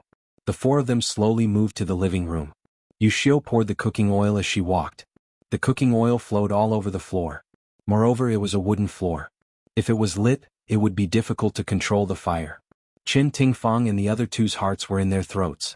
Their minds raced as they tried to think of a way to snatch the lighter from Yushio's hands. Don't move. All of you don't move. Yushio glanced around threateningly. Other than them, there were also a few servants in the living room who were scared silly. The cowardly ones' legs were trembling as they prayed in their hearts, "Bodhisattva, please protect me." The more courageous and quick-witted ones had already escaped from the villa and anxiously called the police. After calling the police, they didn't know what to do and hid far away. Yushio's gaze fell on Qin Tingfang. She said sternly, "Qin Tingfang, hurry and call Ji Bowen back. No, not just Ji Bowen but also Ji Yuqi and Ji Yunhan. I want all of you to be buried with my husband." Qin Tingfang was frightened by the lighter in her hand. She quickly said, "Okay, I'll call them right away. Calm down." Under Yushio's threatening gaze, she didn't dare to take the phone from the coffee table. A servant carefully handed the phone to her. After answering the call, Qin Tingfang forced herself to be calm. "When Bowen, something happened at home. Come back immediately." Ji Bowen pressed his forehead and said helplessly, "What happened?" Qin Tingfang secretly glanced at Yushio. "A guest is looking for you. Come back immediately." "I'm busy right now and can't leave. If it's not an important guest, send him away first." Qin Tingfang was about to cry. Her voice trembled as she said, "It's very important. It's a very important guest. If you don't come back, we'll all die." As soon as she finished speaking, the phone in her hand was snatched away by Yushio. Yushio fiercely threw the phone on the floor. And then she kicked Qin Tingfang's stomach and scolded, "Who told you to say that? You want Ji Bowen to call the police, right? You want Ji Bowen to call the police, right?" She was in a sorry state. She wanted to get up. "Yushio. You, S's. Her assessed, st. Her, tis she tis, tis teat. Yo, why are you looking at me like that? Are you not convinced?" Yushio had nowhere to vent the anger in her heart. She just found a way to vent her anger. She raised her foot again and kicked Qin Tingfang. The woman's painful screams instantly resounded in the living room. The others present were worried that they would agitate Yushio, so no one dared to say anything. Poor Qin Tingfang could only endure her punches and kicks. As for Ji Bowen, he heard the sound of things being smashed coming from the phone and a woman's angry scolding. He had a bad premonition. He didn't care about the company's affairs and ordered the driver to drive home as fast as possible. Ji Yuqi didn't have classes in the afternoon, so she went home early. Just as she was about to enter the villa, she received a call from Xiao Rou. Xiao Rou sounded very anxious. "Yuqi, no matter where you are, don't come home." Jiang Tianhao's mother ran to the villa to cause trouble. She poured oil in the living room and said she was going to set the villa on fire. "I escaped with a few other people. We've called the police, but the police haven't arrived yet. Don't come back." Ji Yuqi's heart sank.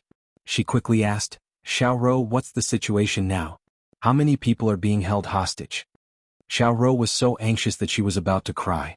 "Yushio seems to be beating Qin Tingfang. I heard Qin Tingfang's screams coming from inside. Other than her, there are 2 security guards and 4 servants." "Okay, I got it. Don't worry. Find a safe place and gather the people who escaped. Let's all hide." After saying that, she immediately hung up. She opened the glove compartment and rummaged around inside. She took out a small cloth bag. After opening the bag, she saw rows of silver needles neatly arranged.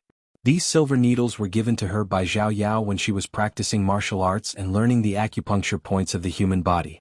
She didn't expect that they would come in handy today. Ji Yuqi parked the car outside the villa and sneaked into the courtyard. Xiao Rou was hiding in the garden. When she saw her, she anxiously grabbed her hand and whispered, "Yuqi, don't go in. It's too dangerous." Ji Yuqi whispered, "Don't worry, I'm confident that nothing will happen. Qin Tingfang aside, there are still many innocent people inside. I can't just watch them get into trouble." After saying that, she patted Xiao Rou's hand and walked towards the backyard with determination. First, she turned off the alarm to avoid triggering it and agitating Yushio. She couldn't go through the front door. She climbed the ladder to the balcony on the 2nd floor. Then she entered her room from the balcony. She took off her shoes and casually picked up an antique vase. She quietly walked down the stairs step by step. A few people were standing facing the stairs. The moment they saw her, they couldn't help but widen their eyes. She smiled and put her index finger to her lips, signaling them not to scream. Yushio's back was facing the stairs, so she didn't see Ji Yuqi. She was still kicking Qin Tingfang. Even though she was panting from exhaustion, she still hugged the bucket of cooking oil tightly and held the lit lighter tightly. The more quick-witted security guard also saw Jiyuchi appear. Jiyuchi signaled him to look at the lighter in Yushio's hand. He blinked in understanding and suddenly said, "Ms. Jiyuchi, the lighter in your hand seems to be running out of oil." When Yushio heard this, she immediately stopped beating people and instinctively looked at the lighter in her hand. Sure enough, after burning for a long time, there wasn't much oil left. She didn't know if it could last until Ji Bowen returned. She hesitated whether she should turn off the lighter to save oil. However, if she turned it off, she was worried that others would pounce on her and snatch it away. After thinking for a moment, she finally thought of a good idea. She would drench everyone with oil. If they dared to come close to her, she would immediately light up the lighter and throw it at them. Yushio pointed in a direction and shouted, "All of you stand over there in a row." Those people stood in a row in fear, not knowing what she was going to do. In the next second they understood. Yushio splashed the cooking oil on them like water and threatened sternly, "If any of you dare to come close to me, I will immediately light up the lighter and throw it at you. Do you understand?" No one dared to resist and nodded submissively. Yushio was very satisfied and finally turned off the lighter. The moment the flame disappeared, Jiyuchi quickly raised her hand and a thin silver needle flew towards Yushio's right wrist. The needle pierced the acupuncture point and her entire arm went numb. Her fingers trembled and the lighter fell to the ground with a clang. Yushio sensed that something was wrong and quickly bent down to pick up the lighter. The others were too far away and it was too late for them to snatch it. Jiyuchi was already prepared. She picked up the antique vase and threw it in Yushio's direction. The vase hit the back of her head and her body swayed before she fell to the ground. Although her vision turned black, she didn't give up and used her hand to rub the floor, trying to pick up the lighter. Jiyuchi took advantage of the moment she fell to the ground and quickly ran to the living room and kicked the lighter to the living room door. The lighter rolled to Ji Bowen's feet. When Ji Bowen saw the scene in front of him, his heart almost stopped beating. His legs couldn't exert any strength and he kicked the lighter out of the door twice. The lighter flew into the bushes by the side of the road. Immediately after, a group of police officers rushed in. Outside the courtyard, there was a fire engine and an ambulance. Jiyuchi quietly pulled out the silver needle from Yushio's wrist and put it in her pocket. She smiled brightly at Ji Bowen. "Dad, don't worry. I'm fine." Ji Bowen's expression was ugly. He was silent and walked straight to Jiyuchi. His heavy eyes stared at her. Worry, fear, heartache, blame, all kinds of complicated emotions intertwined in his eyes. However, due to the presence of outsiders, he couldn't say what he wanted to say. When the policemen saw the situation in front of them, they were all stunned. Jiyuchi smiled and said, "Officers, the criminal has been subdued. I'll have to trouble you to bring her to the police station." The leading police officer came back to his senses and hurriedly said, "Okay, no problem. Little girl, were you the one who subdued her?" Jiyuchi smiled mischievously, "Thank you for the compliment, but it was all thanks to the help of that antique vase." The police officer gave a thumbs up, "You're very brave." When Yushio was arrested, she kept shouting that Ji Bowen had killed her husband and that the police should arrest Ji Bowen as well. However, no one paid attention to her and directly sent her to the police car. Chen Tingfang was beaten up by Yushio and had already fainted. 2 medical staff carried her into the ambulance. Ji Bowen and Jiyuchi also got into the ambulance and accompanied them to the hospital. In the car, the atmosphere was heavy. The medical staff gave Chen Tingfang emergency treatment for her wounds. Although Ji Bowen hated Chen Tingfang, he was also worried about her injuries. The father and daughter were silent for a moment. When they were about to reach the hospital, Ji Bowen looked at Jiyuchi and said with a straight face, "If something like this happens again in the future, you're not allowed to rush in recklessly. What if an accident happens?" Jiyuchi shamelessly moved to his side and said softly, "Dad, I know I was wrong. I won't dare to do it again." Ji Bowen said impatiently, "You're always so disobedient. You say you understand, but the next time something like this happens, you'll definitely rush in again." How would his daughter know? When he saw her knocking Yushio to the ground and snatching the lighter, his heart almost jumped out of his chest. Jiyuchi knew that she couldn't get away with it. She said carefully, "Dad, actually I've practiced martial arts with Grandpa Zhao Yao. So when I was dealing with Yushio, I was 100% confident that I wouldn't be in danger. Dad, I can't just watch her set the fire. There are so many innocent people in there. I can't just watch her threaten you." If Jiyuchi didn't snatch the lighter and subdue Yushio, after Jiyuchi returned home, Yushio would definitely set the house on fire and burn everyone to death. Ji Bowen was silent for a long time. Finally, he sighed heavily and said, "Dad is very happy to see you so brave. However, I'm more worried. You're my daughter. You're the pride of me and your mother. We want to see you safe and happy. Do you understand?" Beauty novel Shinwoo 799.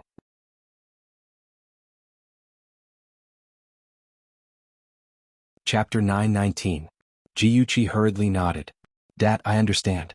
I'll be more careful in the future. I won't let myself get hurt." Ji Bowen's expression softened a little.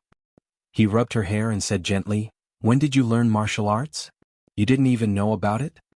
Jiyuchi playfully stuck out her tongue. "It was last year. Actually, Ahan also learned martial arts. We just wanted to strengthen our bodies and have more ability to protect ourselves. Dad, you won't be angry, right?" Ji Bowen harumphed. "Angry, of course I'm angry. I'm angry that you two actually did things behind my back. My children have really grown up. They're so scheming. You hide everything from your father." Jiyuchi hurriedly hugged his arm and shook it to please him. "Dad, we were wrong. We won't hide it from you in the future." Ji Bowen wasn't really angry.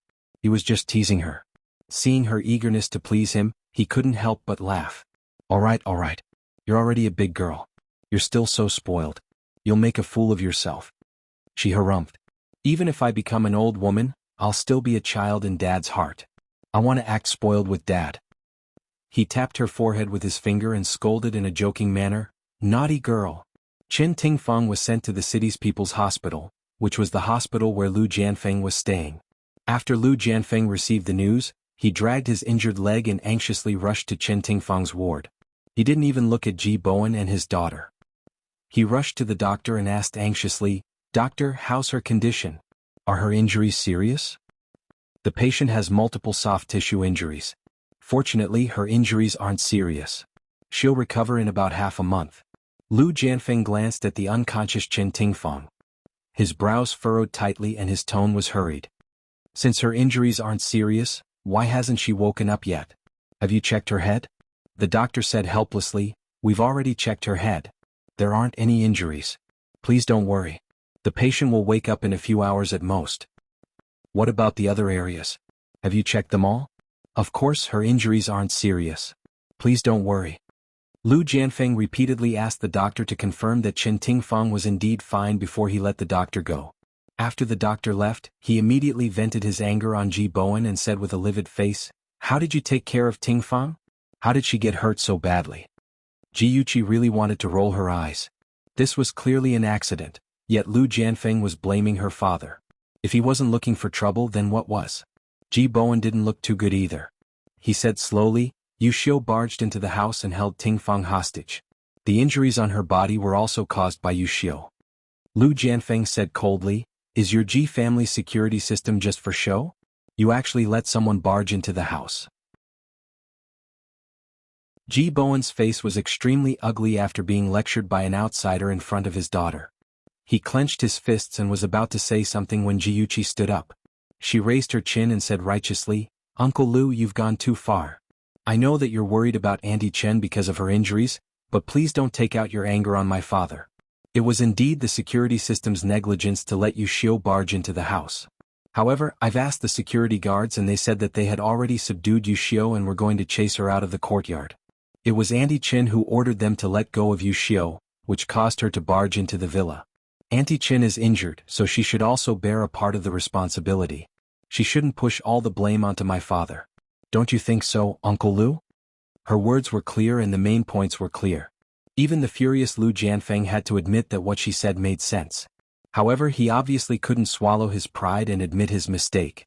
Instead, he sternly asked, "Do you have the right to interrupt when your elders are talking?" Jiyuchi smiled faintly and said indifferently, "If the term elder means that you can't differentiate right from wrong, good from evil, then I really don't agree." Those light words slapped Lu Jianfeng hard in the face. He had heard from Tingfeng that Ji Bowen's daughter had a sharp tongue and wasn't easy to get along with. He didn't take it to heart, but now he realized that she wasn't simple. He hated her even more. Lu Jianfeng's deep black eyes stared fixedly at Jiyuchi. She smiled faintly and calmly welcomed him. The two of them were in a deadlock. Ji Bowen coughed and pretended to reprimand her. "Chichi, how can you speak to Uncle Lu like that? Don't you have classes in the afternoon? Hurry up and go to school." Jiyuchi knew that her father was looking for a way out for Lu Jianfeng. She shrugged and sweetly said, "Okay, I got it. Dad, I'll go to school then. Uncle Lu, I'll take my leave first. Bye-bye." Lu Jianfeng's face darkened and he nodded. After Jiyuchi left, the atmosphere in the room froze again. Lu Jianfeng moved his legs and sat on the chair in front of the bed. He seemed to be waiting there for Chen Tingfang to wake up. Ji Bowen couldn't chase him away, so he helplessly frowned. While Chen Tingfang was recuperating, Yu Xiu was locked up in the detention center. She admitted to trespassing and kidnapping. At the same time, she proposed to sue Ji Bowen for causing her husband's death. However, because the statute of limitations had expired, the court didn't accept the case. She was clamoring to see Ji Bowen. In the reception room, Ji Bowen and Yu Xiu sat across from each other through a thick glass window. Yu Xiu glared hatefully at the man across the glass and said sternly, "Ji Bowen, you're lucky that I didn't burn you to death. Even if I die and become a ghost, I won't let you off. I won't let anyone from the Ji family off." Ji Bowen sighed. "Yu Xiu, why do you hate me so much? Why do you hate the Ji family so much?" Yu Xiu gritted her teeth and said, "You're still playing dumb. You stole the company back then and caused Zhen Yao's death.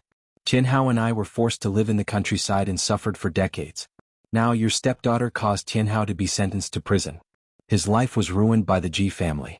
Who else would I hate if not you? Let me tell you, Ji Bowen, God is watching. You'll suffer retribution." Ji Bowen stared at her in disbelief. After a while he said, "You're saying that I caused Zhen Yao's death? Well, you're still playing dumb. Back then, Zhen Yao started a company with you. In order to monopolize the company, you set him up and chased him out of the company. Later, Zhen Yao tried to start another company. After he failed, he went to look for you and wanted to return to G Group to work. But what about you? Not only did you not help him because of your years of friendship, you even got someone to kill him with a car. Ji Bowen, you're so black-hearted. How can you sleep after so many years? Have you never dreamed of Zhen Yao?" Ji Bowen was shocked. He looked at Yu Xiu as if she was crazy. Her wrinkled cheeks were distorted by anger and looked even more terrifying. He was silent for a long time. Then he slowly shook his head and said in a deep voice, "I didn't expect you to misunderstand me so deeply. It seems that there are some things that I can't hide from you anymore." After the conversation, Yu Xiu's face was full of tears. Her eyes were lifeless and she muttered, "I don't believe you. You must be lying." Looking at her figure being taken away by the prison guards, Ji Bowen sighed heavily. He didn't expect that a well-intentioned lie would cause such an irreversible situation. If he had known, he wouldn't have hidden it for Jiang Zhenyao. "Dad, what's wrong? Are you feeling unwell?" Jiyuchi stepped into the living room and found that her father had come home early. He sat on the sofa in silence and didn't look very good. Ji Bowen came back to his senses. He pinched his eyebrows and said in a tired voice, "I'm fine. I just remembered some things from the past and felt a little emotional." Jiyuchi walked behind him and massaged his shoulders. She said softly, "Dad, when you visited Yu Xiu in the detention center today, did she say something to you? Last time when she was arrested, she said that you killed her husband. Who is her husband? Is that true?" This question had been lingering in her heart for a long time. Today she finally had the chance to ask. Ji Bowen didn't hide it from her. He slowly said, "Then we'll have to start from 20 years ago." The story wasn't long, but it was shocking. Jiyuchi finally understood why Jiang Tianhao in her previous life was so ruthless against the Ji family, against her and Ahan. She always thought that Jiang Tianhao was after money, but now she knew that he was after revenge. Different prisons, different visiting rooms, and different people visiting them. Jiyuchi looked at the man on the other side of the glass. He used to be high-spirited and gentle, but now he was haggard.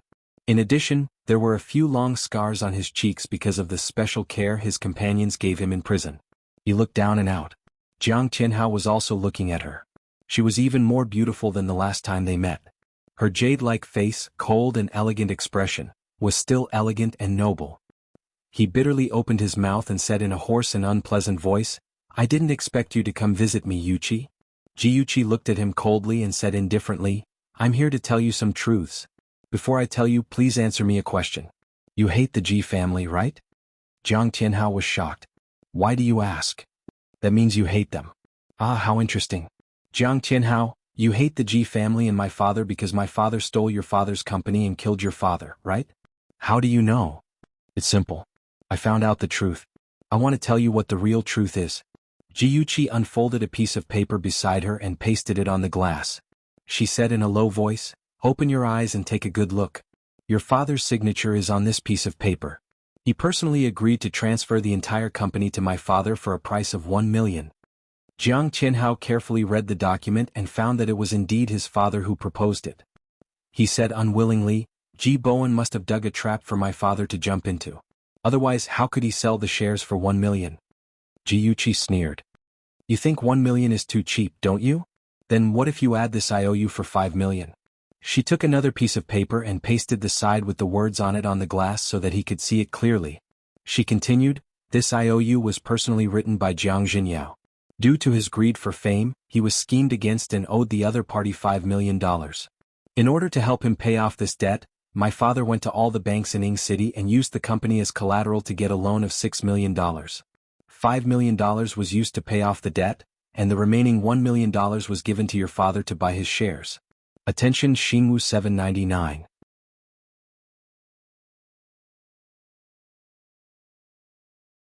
Chapter 920. Jiang Jinyao almost caused the company to go bankrupt. If it weren't for my dad's efforts to turn the situation around, would there still be G Group today? My dad helped him keep this secret for the sake of his longtime friend so that he could maintain his dignity in front of his wife and children and not embarrass himself in front of his employees. I didn't expect that because of this, you would misunderstand that it was my dad who snatched the shares from your father's hands. What a joke. What?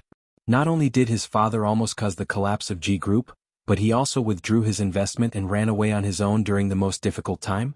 No, this can't be true. Jiang Tianhao's eyes were about to split open. He suppressed his anger and roared, "That's impossible. You made this up." Jiyuchi curled her lips in disdain. "Something that you've always believed in suddenly collapsed. You couldn't accept reality, so you hypnotized yourself and said that all of this was fake. Jiang Tianhao, can you be any more useless?" Jiang Tianhao was like a trapped beast. He grabbed his hair angrily and roared angrily. He didn't believe that all of this was fake. He suddenly jumped up agitatedly and rushed to the front of the glass.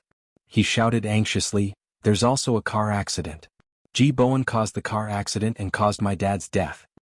Jiyuchi sneered. "My dad caused the car accident? Jiang Tianhao, do you have a brain? Your dad drank too much and ran into the road by himself. He was hit by a truck and died. The police even made a statement at that time. If you don't believe me, we can go to the police station and check the file."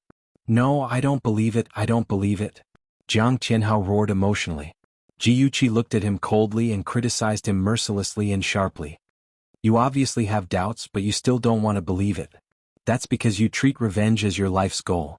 You refuse to admit that you wasted 20 years of your youth to hate an enemy that doesn't even exist. Jiang Tianhao, you really are a failure. I look down on you." Jiang Tianhao was mercilessly reprimanded by her. He held his head tightly with both hands and trembled all over. He suddenly felt that he was ridiculous. Since he was young, his mother had told him that Ji Bowen had killed his father. She also said that the truck driver had been bribed by Ji Bowen. He believed it without a doubt. Even when he asked for details and his mother couldn't explain it clearly, he never doubted it. He just thought that his mother couldn't remember it clearly. As he grew older, because of his poverty, he suffered a lot of hardships and received many supercilious looks from people. He attributed all these hardships to his lack of a father. Thus he hated Ji Bowen more and more. He wanted to take revenge on the Ji family and take back his property. This became his motivation to live. He didn't dare to question it. He was afraid that if things weren't as he thought, then what would he rely on to survive? Step by step he approached Jiyuchi and Yi Zhisu. In his countless acting sessions, he wore all kinds of masks until he forgot his original appearance. When he turned around, he found that he had gained nothing but scars all over his body. Even his one and only love had long been buried by his own hands. Hot tears flowed from the corners of his eyes. They fell onto his pants and quickly seeped into the fabric. After a long silence, he slowly raised his head. His deep-set eyes were red as he stared deeply at Jiyuchi. "Yuchi, have you ever loved me?" Jiyuchi's eyes narrowed slightly. She suddenly remembered the time when she fell off the cliff in her previous life. Her fingers clung onto the railing as her body hung in midair. She asked him in despair why he wanted to harm her when she clearly loved him so much. At that time, he looked down at her from above and sneered, "Don't you understand? I've never loved you." Pulling herself out of her memories, Jiyuchi suddenly laughed out loud. She laughed so hard that tears flowed from the corners of her eyes. She slowly stood up and looked down at Jiang Tianhao on the other side of the glass. She sneered and said, "Don't you understand? I've never loved you."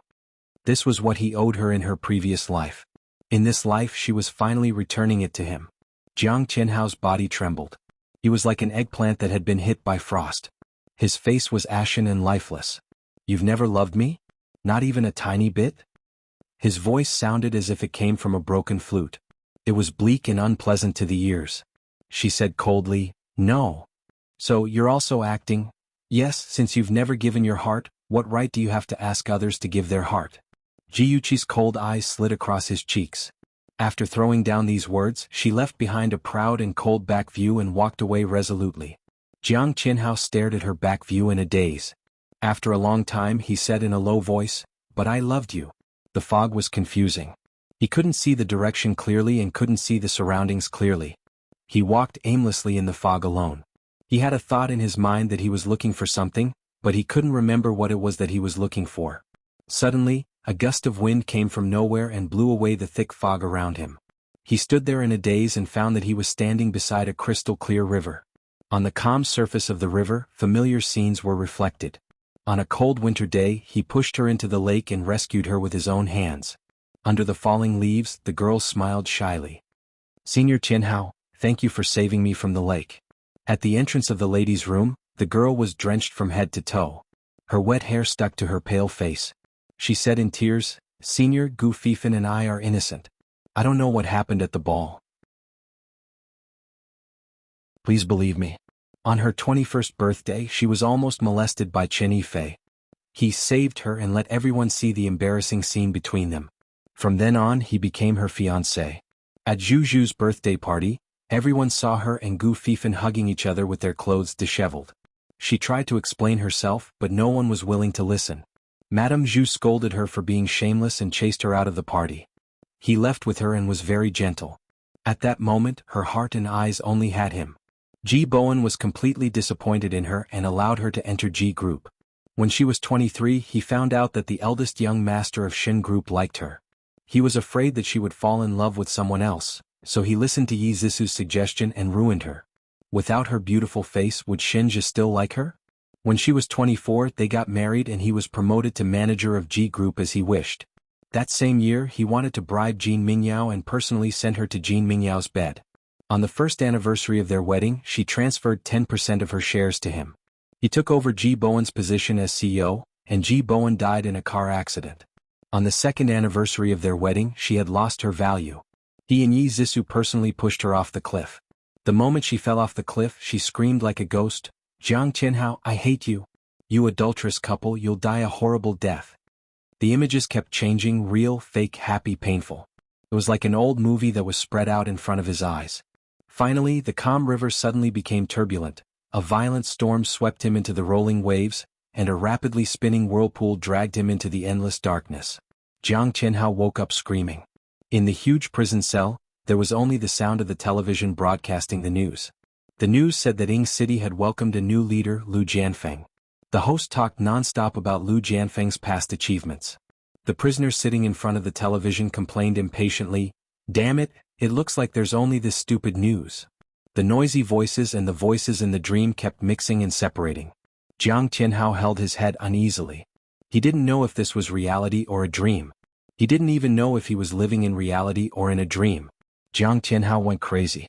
He was like Xianglin's wife, pulling everyone in the prison cell and repeating the same sentence tirelessly, "I'm the CEO of G Group, I'm the CEO of G Group."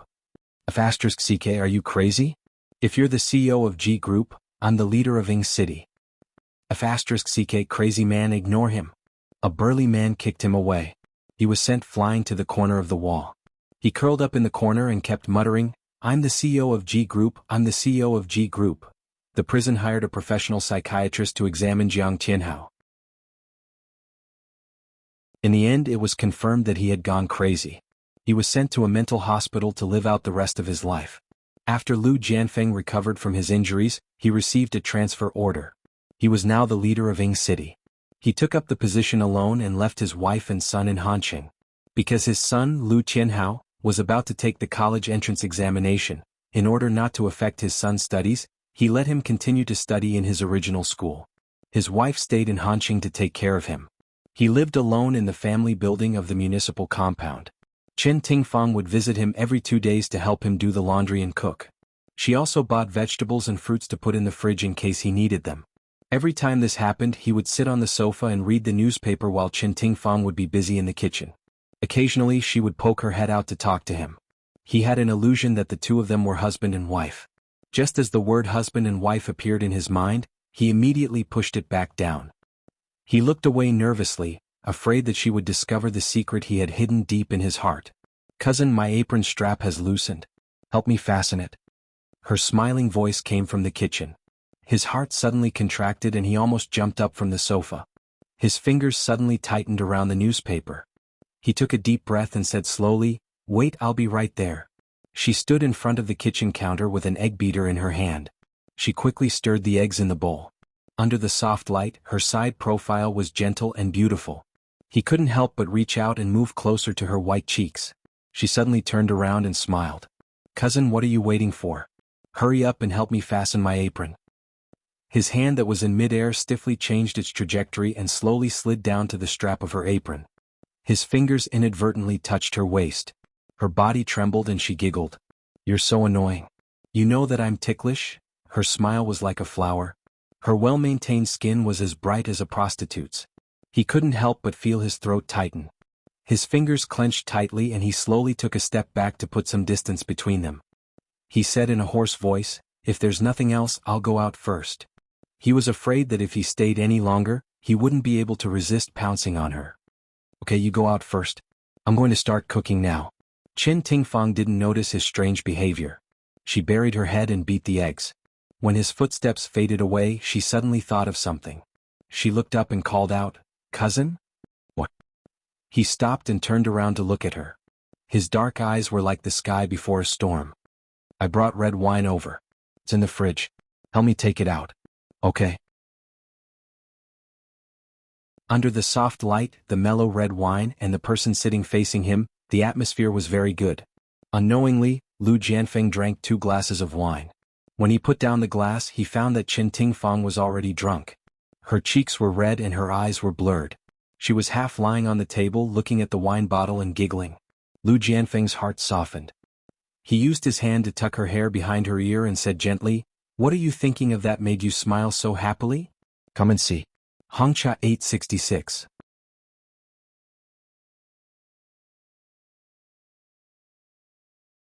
Chapter 921. His fingers were cool and comfortable. She rubbed her burning face against his fingers, and he quickly retracted his hand as though he had been electrocuted. His heartbeat quickened. She didn't seem to notice it. She narrowed her eyes and muttered, "We haven't drunk like this in a long time." "Yeah, it's been a long time." He stared at her, and his gaze gradually became heated. He said slowly, "Tingfang?" "Chem?" She propped her head up and looked at him with a dazed gaze. "Nothing." His throat tightened and he suddenly stood up. "I'm going to the washroom." He quickly walked into the washroom and splashed his face with cold water, trying to extinguish the fire in his heart. However, the water was like gasoline. Not only did it not extinguish the fire, but it also made it burn more fiercely. Her figure also became clearer in his mind. He suddenly turned on the shower head and drenched himself from head to toe with cold water. When he came out of the washroom, it was already 10 minutes later. Chen Tingfang was sprawled on the dining table, completely drunk. She was still mumbling something incoherently. He shook his head helplessly and dotingly. He shook her shoulders. "Tingfang, wake up. I'll take you home." She muttered impatiently, "No. Forget it. Staying over for a night occasionally wasn't a big deal. He would just give Ji Bowen a call later." Lu Jianfeng first went back to his room to change his clothes, then picked her up and put her on the bed in the guest room. He took off her shoes and pulled the quilt over her body. Just as he was about to get up and leave, a hand suddenly grabbed his clothes, and then a soft body pressed against his arm. "Ihan, I missed you so much." "Ihan?" She leaned on his arm and sobbed. Lu Jianfeng was angry and jealous. Who was Ihan? She had never mentioned him to him. That man named Ihan was actually hidden deep in her heart. He was going crazy with jealousy. He suddenly grabbed her wrist and asked with an ashen face, "Who is Ihan? What's your relationship with him?" She was so drunk that she couldn't understand what he was saying, let alone answer his question. She just hugged him tightly and called out, Ihan. Oh, it's so hot. Ihan, let go of me. I'm so hot. Ting Fang, don't move. Lu Jianfeng was about to go crazy from her torture. When she struggled, the buttons in front of her chest were pushed open, revealing her snow-white skin and a faintly discernible cleavage. The flame in his heart was ignited once again, burning his rationality. Ihan, I miss you. I want you. Women were like wolves in their 30s and tigers in their 40s. Qin Tingfang had been dry for so long. After being numbed by the alcohol, her body was filled with a strong desire. She was like a seductive vixen as she wrapped herself around his body. Her hands were on his body, and her lips kissed his firm chest. He sucked in a breath of cold air. His whole body was tense and all his blood was rushing to the top of his head. The beast in his heart was roaring wildly, wanting to suppress her. However, the remnants of reason in his brain kept reminding him that he couldn't. That was evil, that was disgusting. Tingfang, don't mess around anymore. The veins on Lu Jianfeng's forehead throbbed. In the end he held it in. He grabbed her hand and pulled her away from his body. He wrapped her tightly in the blanket and left the room in a sorry state as if he was fleeing for his life. After the hangover he had a splitting headache. Qin Tingfang rubbed her forehead and opened the bedroom door. When she saw a man and a woman sitting opposite each other in the living room, she was stunned. She hurriedly tidied up her messy hair and clothes and smiled awkwardly. Cousin-in-law, when did you come? Sitting opposite Lu Jianfeng was his wife, Wuxia. She used a tissue to wipe the corners of her eyes. Her eyes were red and she forced a smile. I just arrived this morning. When I came, Jianfeng said that you were sleeping, so I didn't wake you up.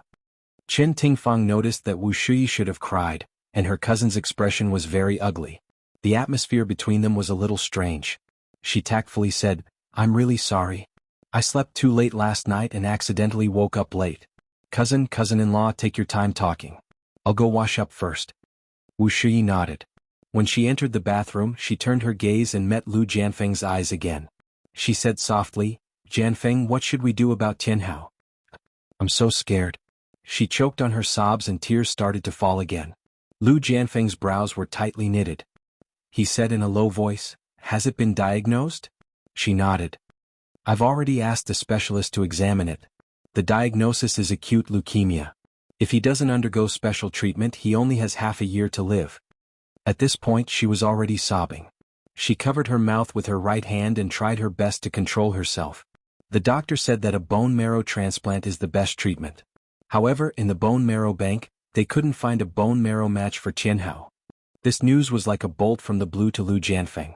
His son had been smart and healthy since he was young. How could he have acute leukemia? He really didn't want to believe it. However, the medical report was right in front of him.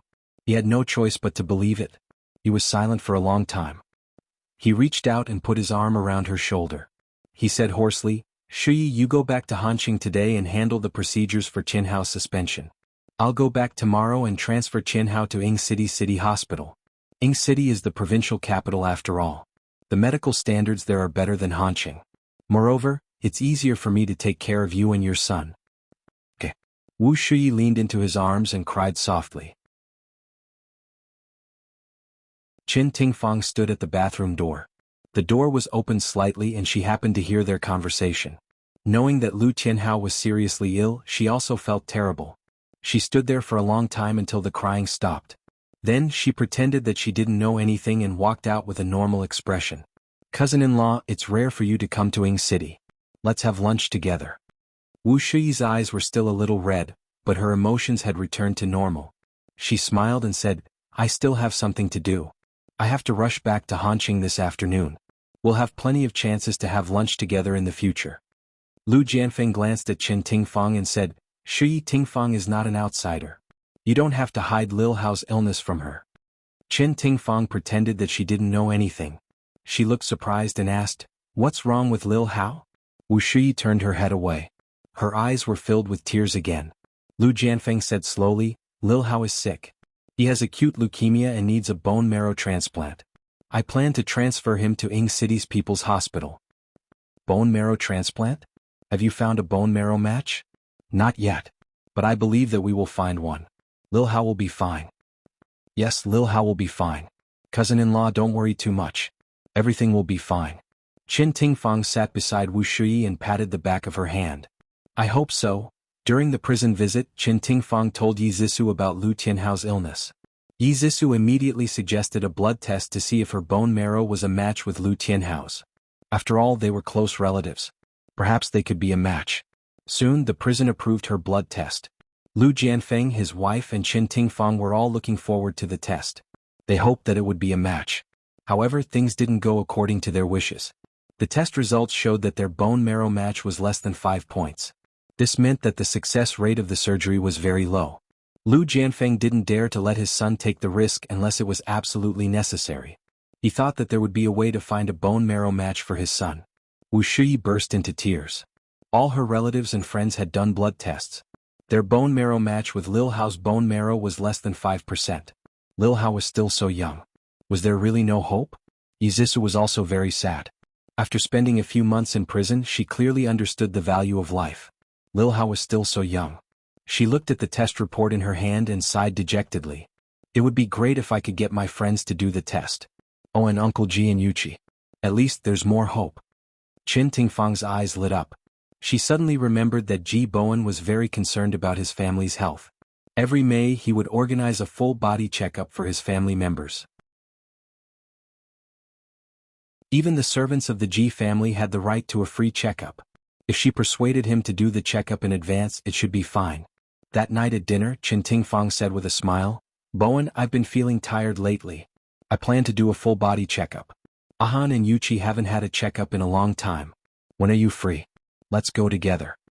Ji Yuchi looked up at her and said slowly, Auntie Qin, we used to have a checkup in May. This year I plan to do it again. Ji Yunhan raised his hand. I plan to do it in May too. 2 months in advance is nothing. Bowen, you should also have a checkup. During this period of time your complexion is not very good. Ji Bowen glanced at her and wanted to say that his complexion was not good because too many things had happened at home. After thinking about it, he held back. He wiped the corner of his mouth with a napkin and said, In that case, let's do the checkup in advance this year. Butler, make an appointment with the hospital. It's best if it's a day off. Yes, master. Qin Tingfang was very happy that she had achieved her goal. She poured a bowl of soup for Ji Bowen and was very attentive. Ji Yuchi's brows furrowed, but they quickly relaxed. She used the spoon to slowly stir the hot soup in the bowl, trying to guess what she was up to again. What? Vice President Qing had gastric bleeding and was sent to the hospital? Ji Yuchi received a call from her secretary. She was so angry that her face turned green. She took Shinja's hand and walked quickly to the car. She suppressed her anger and said, Aja, I'm going to the hospital to visit Qing Sang. That idiot Qing Sang actually had gastric bleeding because of her business partner. If she has a bad stomach, she should drink less. How could she be so honest? Shinja opened the car door for her and said calmly, Don't worry. She has always been in good health. It's just gastric bleeding. She won't die. Come and see. Songshu 566.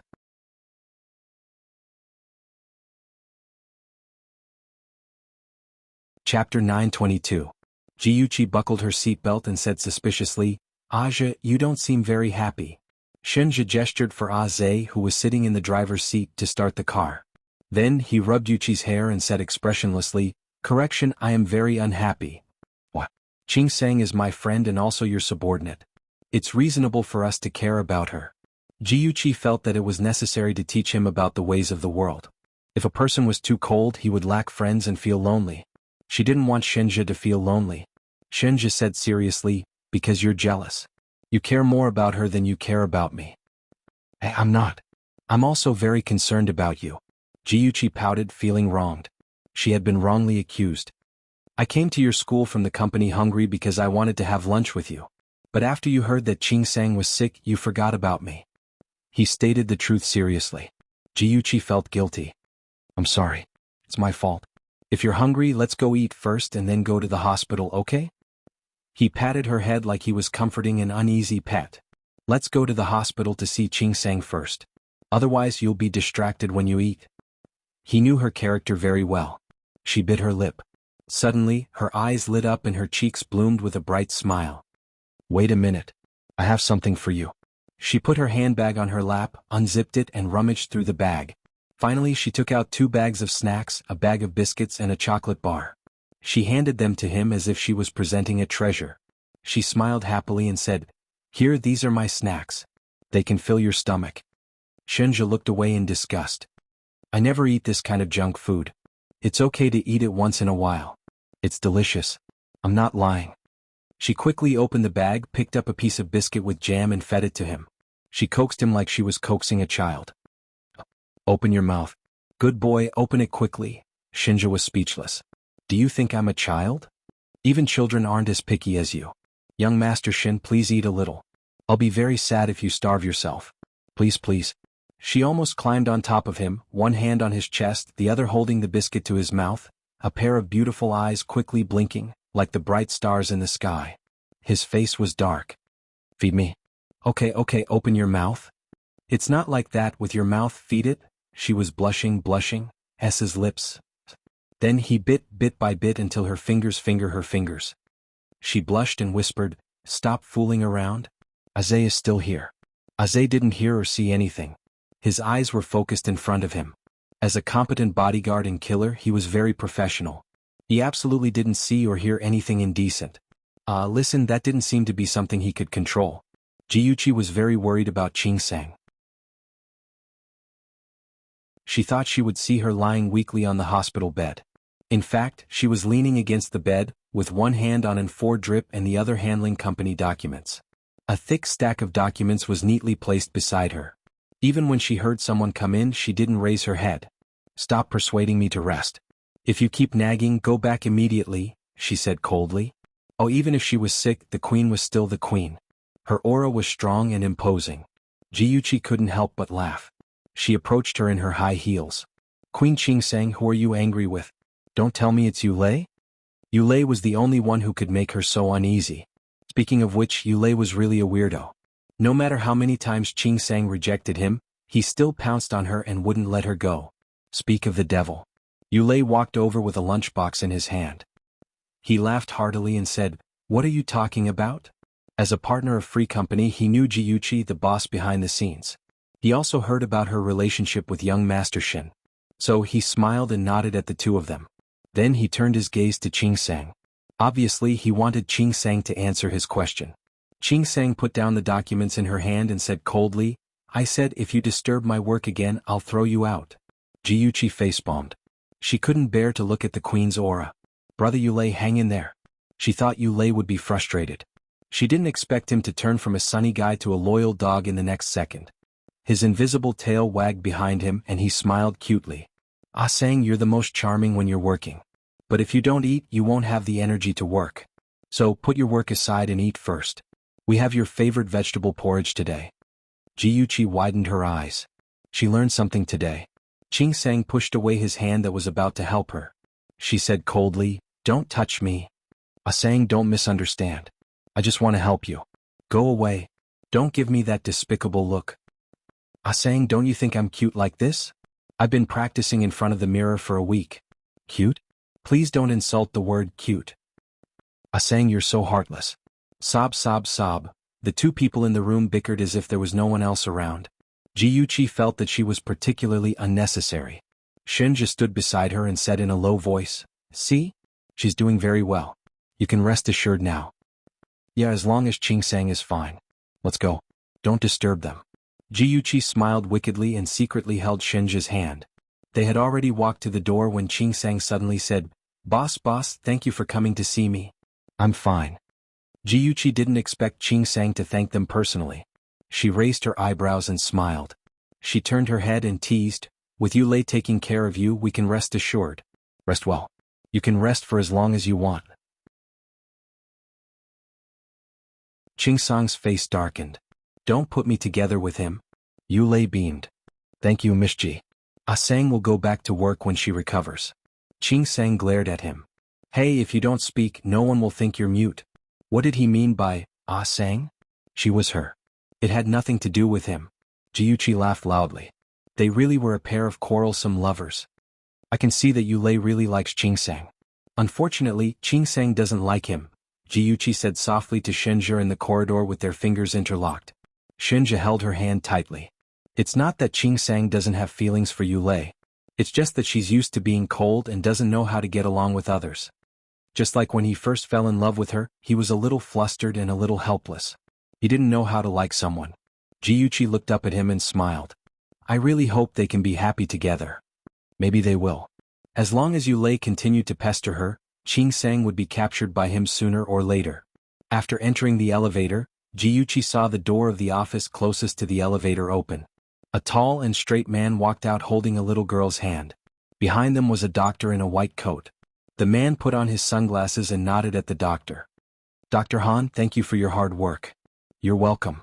This is what I should do. Please take care. The elevator door closed slowly, blocking Jiuchi's line of sight. She narrowed her eyes slightly, and the corners of her lips curved into a cold smile. It was Lu Jianfeng. What was he doing at the hospital? A black car stopped by the side of the road. Lu Jianfeng, dressed in a black suit, held the little girl's hand and walked to the front of the car. When he opened the door, the little girl looked up and said with anticipation, Uncle, I'm very obedient today. Can I go to the amusement park to play? Lu Jianfeng bent down and picked her up. A faint smile appeared on his face. Uncle is not free today. Next time. Oh. Although it was a pity, the little girl nodded obediently and said sweetly, as long as I can see Uncle every day, even if I don't go to the amusement park, I'll be very happy. Good girl. He kissed her on the cheek, put her in the passenger seat and buckled her seat belt. Jiuchi sat in Shinja's car and watched the car in front of her drive away. She frowned slightly. That little girl looked at most 8 years old. What was her relationship with Lu Jianfeng? Why did he bring her to the hospital? Shinja glanced at the disappearing car. If you're curious, let Liangyu check it out. I'm okay. On Saturday, Ji Bowen took the whole family to the hospital for a physical examination. The doctor at the reception was an old acquaintance of the Ji family. He chatted and laughed and easily completed the full-body examination. 3 days later, the hospital sent the medical report to the Ji family. Qin Tingfang had told the housekeeper to send the medical report to her as soon as he received it, so she was the first to open the envelope. There was a thick stack of medical reports inside. She looked through them carefully and finally found a different one. It was a bone marrow match analysis. The list showed that the bone marrow of everyone in the Ji family was compatible with Lu Tianhao's bone marrow. The highest match was Ji Yunhan, as high as 80%. Qin Tingfang's eyes shone with ecstasy. Her fingers trembled as she held the thin piece of paper. After a minute, she suppressed the excitement in her heart and quickly put everyone's medical reports into an envelope. Then she used a lighter to burn the results of the match and turned it into ashes. Her fingers trembled slightly and she dialed Lu Jianfeng's number. Hello, cousin. Let me tell you a piece of good news. Ji Yunhan and Xiao Hao's bone marrow match is 80%. Xiao Hao can finally undergo a bone marrow transplant. Lu Jianfeng was also very excited. His knuckles turned white as he held the phone. He sounded anxious. Is that true? Qin Tingfang's eyes reddened. She nodded and said, It's true, cousin. Hurry up and tell cousin-in-law and Xiao Hao this good news. Tingfang, thank you. Thank you for everything you've done. His voice was low and full of gratitude. Cousin, you don't have to be so polite. We're family. After ending the call, Qin Tingfang let out a long sigh of relief. Previously, she had discussed with her cousin and bribed the person in charge of the medical report to do a HLA test on everyone in the Ji family. The results showed that Ji Yunhan and Xiao Hao's bone marrow match was the highest. Now, the most important thing was how to persuade Ji Yunhan to donate his bone marrow. When Qin Tingfang thought of this problem, her head started to hurt. Previously, she had shed all pretense of cordiality with Jiuchi and her brother, and had done many things to hurt them. Now that she wanted to ask Ji Yunhan for help, she was afraid that they wouldn't agree. She thought about it and finally decided to test it out first. That night, after dinner, Qin Tingfang took out the medical report and handed it to everyone one by one. After confirming that everyone was healthy, she let out a sigh of relief and sighed. I saw the news this afternoon. It said that a young man had acute leukemia and needed a bone marrow transplant. His parents and brother had their bone marrow matched and the results showed that the two brothers were a high match. At first, the young man's brother was willing to give him a bone marrow transplant, but later, his brother chickened out and the doctor had no choice but to transplant his father's bone marrow to him. In the end, the bone marrow transplant failed and the young man had a very serious rejection reaction. He died in less than 2 months. Ji Bowen had seen the fickleness of human nature and sighed. In today's society, the relationship between siblings is very thin. Ji Yunhan raised his eyebrows and said with a smile, Dad, you don't have to use this matter to educate Sis and me. We definitely won't be like that pair of brothers. If Sis needs it, let alone bone marrow, even if it's my cornea or kidney, I will donate it to her without hesitation. I think it's the same for you, sister. Am I right, sister? Jiuchi slapped him on the head. Bah. Children's words carry no harm. Hurry up and spit out your saliva. Ji Yunhan smiled mischievously and did not look serious. What are you afraid of? I'm just saying. It's not like you'll really get sick. Don't be so afraid. Qin Tingfang coughed and teased, Ahan, if your sis Zissou has leukemia, are you willing to donate your bone marrow to her? Ji Yunhan muttered softly, I don't care if she dies. Zissou? Are you kidding me? That black-hearted bad woman. It's better if she dies. I can't be bothered with her. Ji Bowen's expression changed. Qin Tingfang smiled awkwardly. What if it's a stranger? Will you donate it? Ji Yunhan glanced at her lazily. Auntie Qin, in this world, the only people who can make me do anything are my family members who are related to me by blood. As for the others, it depends on my mood. If I'm in a bad mood, why should I help them? I'm not close to them. His tone was lazy and extremely infuriating. Especially the words connected by blood, they were especially grating. Awesome novel Song Shu 566.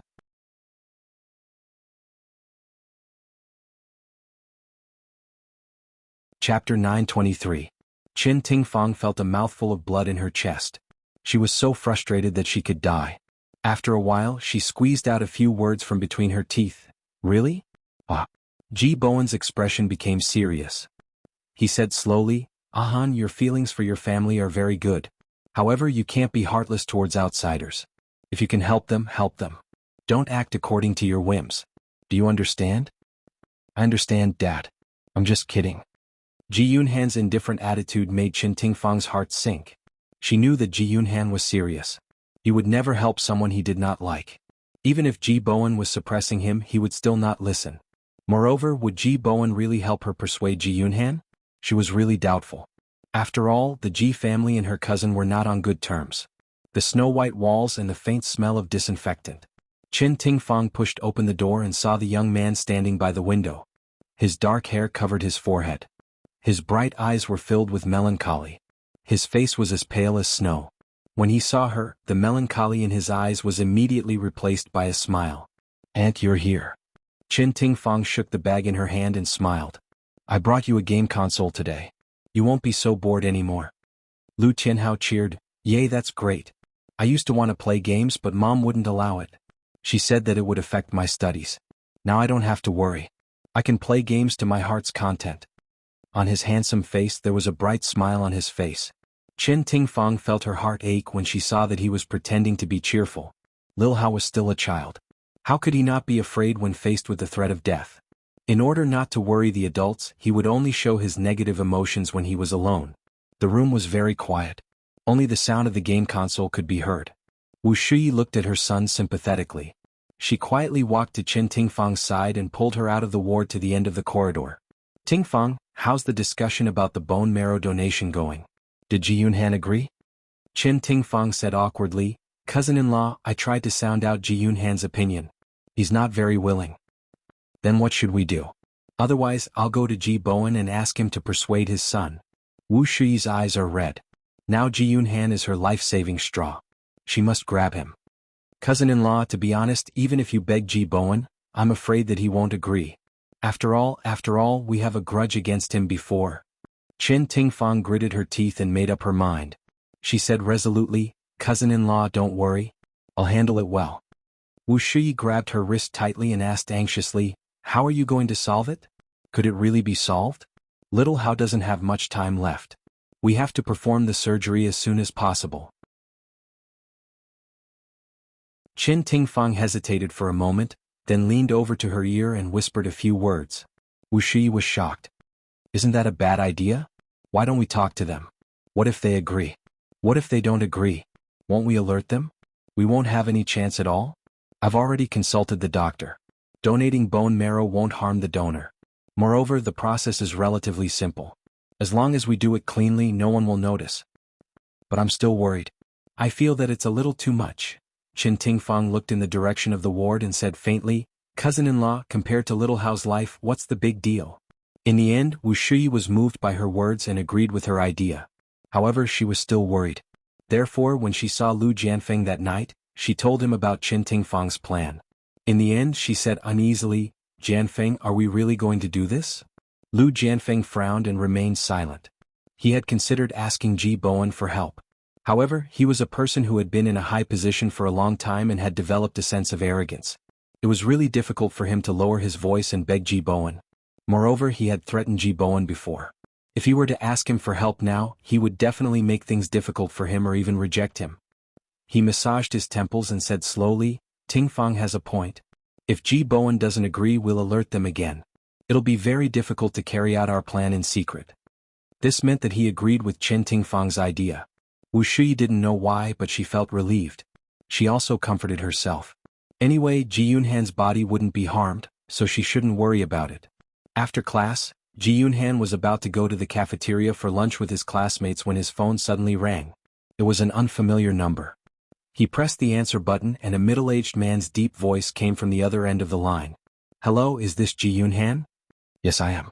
Who is this?" "I'm Dr. Zheng from Second Hospital. Have you received the medical examination report that was sent to your house last time?" "Yes, I have. Is there a problem?" Ji Yunhan looked up and gestured to his classmates who were urging him to wait. "It's like this. We accidentally mixed up your blood sample with that of another examiner. Please come to the hospital today and have it rechecked." Ji Yunhan frowned. "How could this be? You guys are too reckless." Dr. Zheng apologized again in a good-natured manner. Ji Yunhan had no choice but to say reluctantly, "I still have class today. How about tomorrow?" "All right then. 10 o'clock tomorrow morning in room 304 of Building 1. Please look for Dr. Zheng when you arrive." Ji Yunhan was speechless. What kind of lousy hospital was this? How could they mix up a blood sample? He shook his head and temporarily put the matter to the back of his mind. Then he moved closer to his desk mate, patted him on the shoulder with a smile, and went to have lunch with him. The next day was Saturday. Ji Yunhan was about to leave after lunch when Ji Yuqi stopped him and asked casually, "Ahan, are you going out?" "Where are you going?" Ji Yunhan had a bitter expression on his face. "I'm so unlucky. There's nothing wrong with your medical reports. Only mine. They said there was a mistake with the blood sample. They want me to do a blood test again. I'm going to that hospital now." Ji Yuqi had already made an appointment with Lin Yushi to play golf. When she heard his words, she did not take it to heart. She smiled and waved her hand. "It's your fault for being so unlucky. Hurry up and go. Come back early in the afternoon. I'll personally make soup for you to replenish the blood you've lost." "Okay, I'll go first. Bye, sis." Ji Yunhan ran off like the wind. Ji Yuqi shook her head in amusement. She looked at the time and saw that it was already late. She quickly finished her breakfast and left in a hurry. Ji Yunhan found the examination room according to the address given by Dr. Zheng. A man wearing a mask and a white coat nodded at him. "Then let's start now." The man first measured his blood pressure and then wanted to draw his blood. He curled his lips helplessly and rolled up his sleeves. He muttered, "Don't make a mistake this time. Although I'm a man and am not afraid of pain, drawing so much blood makes me dizzy. Don't worry, we won't make a mistake this time." The doctor comforted him with a few words and inserted a long needle into his blood vessel. He took out a large tube full of blood. He looked at the dark red blood in the syringe and felt his scalp go numb. "Come, drink some sugar water and rest." A young nurse handed him a glass of water. He said thank you and took it. After drinking it, he felt that it was a little bitter. Maybe it's because there's too much sugar. "It's so sweet that it's bitter," he thought. He put the glass on the table and wanted to stand up. Suddenly he felt dizzy and his vision turned black. He quickly held onto the back of the chair and vaguely heard someone say, "Don't move. Rest for a while. You're scared of blood." His lips moved twice. He wanted to speak, but his voice seemed to be stuck in his throat. No matter how hard he tried, he could not speak. His eyelids were swollen and he slowly closed his eyes. With a thump, he fell onto the chair. Ji Yunhan slowly opened his eyes. The dazzling light pierced his eyes, causing them to ache. He reflexively closed them, then slowly opened them again. The nurse's gentle voice entered his ears. "Are you awake? You suddenly fainted. You gave us a fright." He turned his head and looked at the nurse standing at the head of the bed. "I fainted?" he asked in a daze. The nurse's eyes curved. Yes, you fainted. You've been asleep for 2 hours. Are you okay? Do you want me to inform your family? I'm fine. There's no need to inform my family. Ji Yunhan felt numb all over. It was as if he had been electrocuted. There was also a sharp pain in the back of his buttocks. He sat up with his hand on his forehead and slowly got off the bed. When he stood on the ground, he felt a sharp pain in his buttocks. He must have accidentally pulled something. Strange. He did not get an injection. Why does his buttocks hurt? He looked at the nurse in confusion. Did you do anything to me after I fainted? The nurse blinked quickly. We just carried you to the bed. What's wrong? Do you feel uncomfortable anywhere? Ji Yunhan's cheeks reddened. He could not say that his buttocks hurt in front of a girl. Perhaps he had slept for too long and hurt his buttocks. He shook his head. I'm fine. When can I receive the blood test report? We'll mail it to your house in 3 days. Okay, thank you. Goodbye. He took out his phone from his trouser pocket as he walked to the door. When he saw that it was a call from his sister, he quickly dialed her number. Sis, you were looking for me just now. What's up? When she received his call, Jiyuchi's car was parked in the hospital's parking lot. She opened the door and got out of the car. I happened to be around the hospital, so I picked you up to go home. Are you done with your checkup? I'm done. I'm going down now. That's good. I'll wait for you in the hospital garden. Come down quickly. Jiyuchi hung up the phone and strolled around the hospital garden. 2 beautiful nurses carrying folders walked over, laughing and chatting. One of the nurses wearing glasses whispered, You don't know yet, right? The leader with the surname Liu has transferred his son to our hospital. You're talking about Liu Jianfeng? Oh my God, what illness does his son have? Why haven't I heard about it in the news? Are you dumb?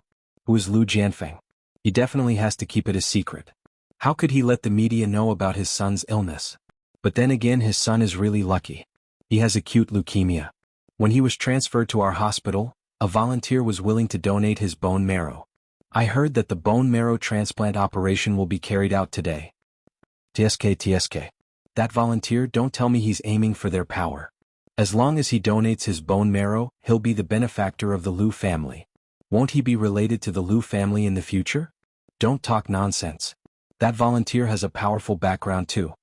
The nurse wearing glasses leaned over and whispered a few words in her companion's ear. Her companion immediately screamed, What? The donor is from the Ji family? She'll lower your voice. Are you trying to kill me? This is a secret. You can't tell anyone. Remember, don't tell anyone. I know. Don't worry. I'm very tight-lipped. The voices of the 2 nurses gradually faded away. Jiyuchi flashed out from behind the tree. Her face was extremely gloomy. Different images kept appearing in her mind. If your sister Zissou has leukemia, are you willing to donate your bone marrow to her? What if it's a stranger? Will you donate? I'm so unlucky. Your medical reports are all fine except mine. They said that the blood sample was wrong and asked me to do a blood test again. What? The donor is from the Ji family? Several voices echoed in her ears, and different scenes lingered in her mind. Jiyuchi's expression became more and more unsightly, and the light of hatred burst forth from her pitch-black eyes. She clenched her fists tightly, and a cold aura emanated from her body, causing those who approached her to shiver uncontrollably. When Ji Yunhan found her, he was frightened by her vicious gaze. He quickened his pace and walked in front of her. Concerned, he asked, Sister, what's wrong? Are you okay? Jiyuchi suddenly turned to look at him. Her eyes were incomparably complicated. There was regret, annoyance and fear. He touched his nose inexplicably. Sister, what's wrong with you? Did my future brother-in-law make you angry? She suddenly hugged him. Her arms tightly clasped on his back. Her voice was mixed with pain. I'm sorry, Ahan. I was too careless. Sister, she didn't say anything. After a long time, she slowly let go of him. She stared into his eyes with a serious expression. Ahan, did anything strange happen during your checkup? Ji Yunhan scratched his head and smiled. Yes, I seem to have a phobia of blood. At that time, the nurse handed me a cup of sugar water. I didn't expect that after drinking it, I still fainted. According to her, I lay down for more than 2 hours. Sugar water? Fainted? Jiyuchi's gaze turned cold. She said in a deep voice, Other than that, do you feel uncomfortable anywhere? Shinwu 799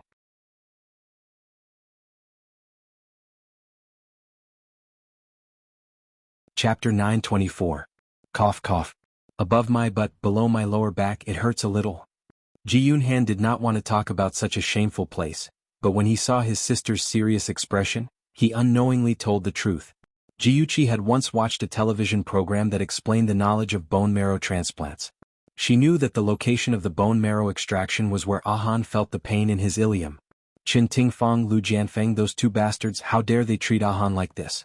They used such a despicable method to drug Ahan and steal his bone marrow. If Lu Tianhao did not need bone marrow but a liver, a kidney, or a heart, would those two bastards also remove Ahan's internal organs without hesitation? Jiuchi exploded like a volcano. She clenched her fists and roared, "Damn it, Qin Tingfang, Lu Jianfeng, they went too far." "Sister, what are you talking about?" Ji Yunhan was confused. She suddenly grabbed his hand and dragged him to the hospital. She said angrily, "Come with me. Which doctor did the examination for you? Tell me." "Hey sister, don't drag me. I'll walk by myself. What's going on? You have to tell me clearly." Jiuchi did not answer. She clenched her teeth tightly. She was afraid that if she opened her mouth, she would not be able to resist cursing those two bastards. She dragged her brother all the way until they entered the elevator.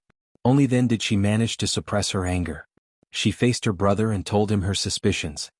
"Ahan, Lu Jianfeng's son has acute leukemia and needs a bone marrow transplant. I suspect that your bone marrow matches his. And just today your bone marrow was extracted." Ji Yunhan was shocked. He widened his eyes in disbelief. "How did you know?" Jiuchi clenched her fists and told him her deduction concisely and quickly. She said, "Although it's just my speculation, it's very likely to be true. Later, I'll verify it with the doctor who extracted your blood." "The examination room." "Yes, Madam Qin. I've taken care of it. Don't worry, I'll keep it a secret." Dr. Zheng stood facing the window and spoke to the person on the other end of the phone. Suddenly, with a bang sound, the door was pushed open heavily. He turned his head in surprise and saw the two people walking in through the door. His expression changed immediately and he quickly said to the person on the other end of the phone, "I have an accident here. I'll hang up first." Dr. Zheng glanced guiltily at the expressionless Ji Yunhan before shifting his gaze to the equally expressionless Jiuchi. He gripped his phone tightly and tried to maintain a calm smile on his face. "Is there anything I can help you with? You're the Dr. Zheng who drew my brother's blood, right? I have a question for you." Jiuchi coldly stared into his eyes as if she wanted to see through his eyes and see through his internal organs. Dr. Zheng broke out in cold sweat. "I don't dare to ask." "What's the question, Miss Ji? Please ask." Jiuchi looked at him coldly and said sternly, "Let me ask you, who gave you permission to extract my brother's bone marrow without permission? Who gave you the right to do so?" Cold sweat broke out on his forehead, but his expression was calm. "Miss Ji, what do you mean by that? I've never extracted your brother's bone marrow." Jiuchi said sternly, "Good, very good. It doesn't matter if you don't admit it. My brother's iliac bone must still have a needle hole. We can find evidence of your crime through an X-ray examination." Then she turned to Ji Yunhan. "On, let's do the examination now. I want those who stole your bone marrow without your permission to pay the price." "Miss Ji, please wait." Dr. Zheng rushed forward and blocked their way.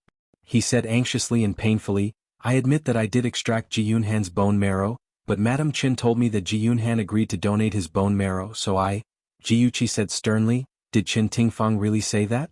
Dr. Zheng quickly explained, "Yes, she said that Ji Yunhan agreed to donate his bone marrow, but Mr. Ji Bowen didn't know about it. Therefore, she wanted me to collect the bone marrow this way to prevent Mr. Ji Bowen from finding out. Don't you know that Ahan is only 17 years old? He's still a minor. Even if he made the decision to donate, he would need his guardian's approval. How dare you say that you want to hide it from my father? What kind of doctor are you? It's a disgrace that your hospital has a doctor who doesn't care about professional ethics like you." Jiuchi was truly furious. She glared fiercely at him, each question louder than the last, making him unable to show his face. His face alternated between red and white, and he opened his mouth, unable to say a single word for a long time. She snorted and mocked, "Qin Tingfang must have given you a lot of benefits. Also, our dear and respectable leader Lu Jianfeng must have given you benefits too. Am I right, Zheng? Doctor. Give birth." The heavy emphasis on the word doctor was like a heavy hammer that hammered Dr. Zheng's conscience. He had indeed received a lot of benefits, but the benefits had blinded him and made him forget his duty to save lives and heal the wounded. He hung his head in guilt. I'm sorry, Miss G, young Master G. I know I'm wrong. Please give me another chance. This job is really important to me. If news of him stealing the bone marrow spread, he would definitely be kicked out of the hospital. His reputation would be tainted and no other hospital would hire him. Jiyuchi's eyes darkened. She slowly raised the corners of her lips and smiled brightly. Okay, I agree to let you go, but you have to promise me one thing. Dr. Zheng hurriedly said, Okay, I'll agree even if it's 100 times. Jiyuchi snorted. I don't need 100. My condition is simple. Don't tell Qin Tingfang and Lu Jianfeng what we know. Just tell them that everything went smoothly and no one found out about you stealing the bone marrow. Okay, I understand. I'll do as you say. On the way home, the atmosphere was heavy. Jiyuchi held the steering wheel tightly with both hands and looked straight ahead. Her face was dark and she did not say a word. Ji Yunhan carefully peeked at her a few times. Seeing her sullen expression, he laughed dryly. Sis, are you still angry? Don't be angry. It's just a little bit of bone marrow. It won't do any harm to my body. Let them have it. Shut up. Jiyuchi turned around and glared at him fiercely. Just bone marrow? I think you're lucky. What if they wanted your liver, kidney, or heart? Would you let them cut you up? The more she spoke, the angrier she became. She raised her arm and slapped him hard on the head. Be more careful next time. Don't just drink everything that people give you. I know, sis. You're so fierce. My butt still hurts. He covered his head pitifully like a harmless little bunny. Jiyuchi's heart ached when she thought about how his bone marrow had been inexplicably extracted. However, she was stubborn and refused to put down her pride to comfort him. She continued to lecture him with a straight face. Now you know it hurts. Let's see if you still drink anything in the future. Sis, he cried with tears in his eyes. Her heart almost broke. She couldn't help but reach out and rub his head. Her voice became gentle. All right, it doesn't hurt anymore. This time I'm also at fault. I should have noticed the abnormality earlier. Don't worry. I'll get justice for you. If Lu Jianfeng told her honestly that Lu Tianhao was sick and needed Han to donate his bone marrow, she wouldn't refuse. She believed that Han wouldn't refuse either.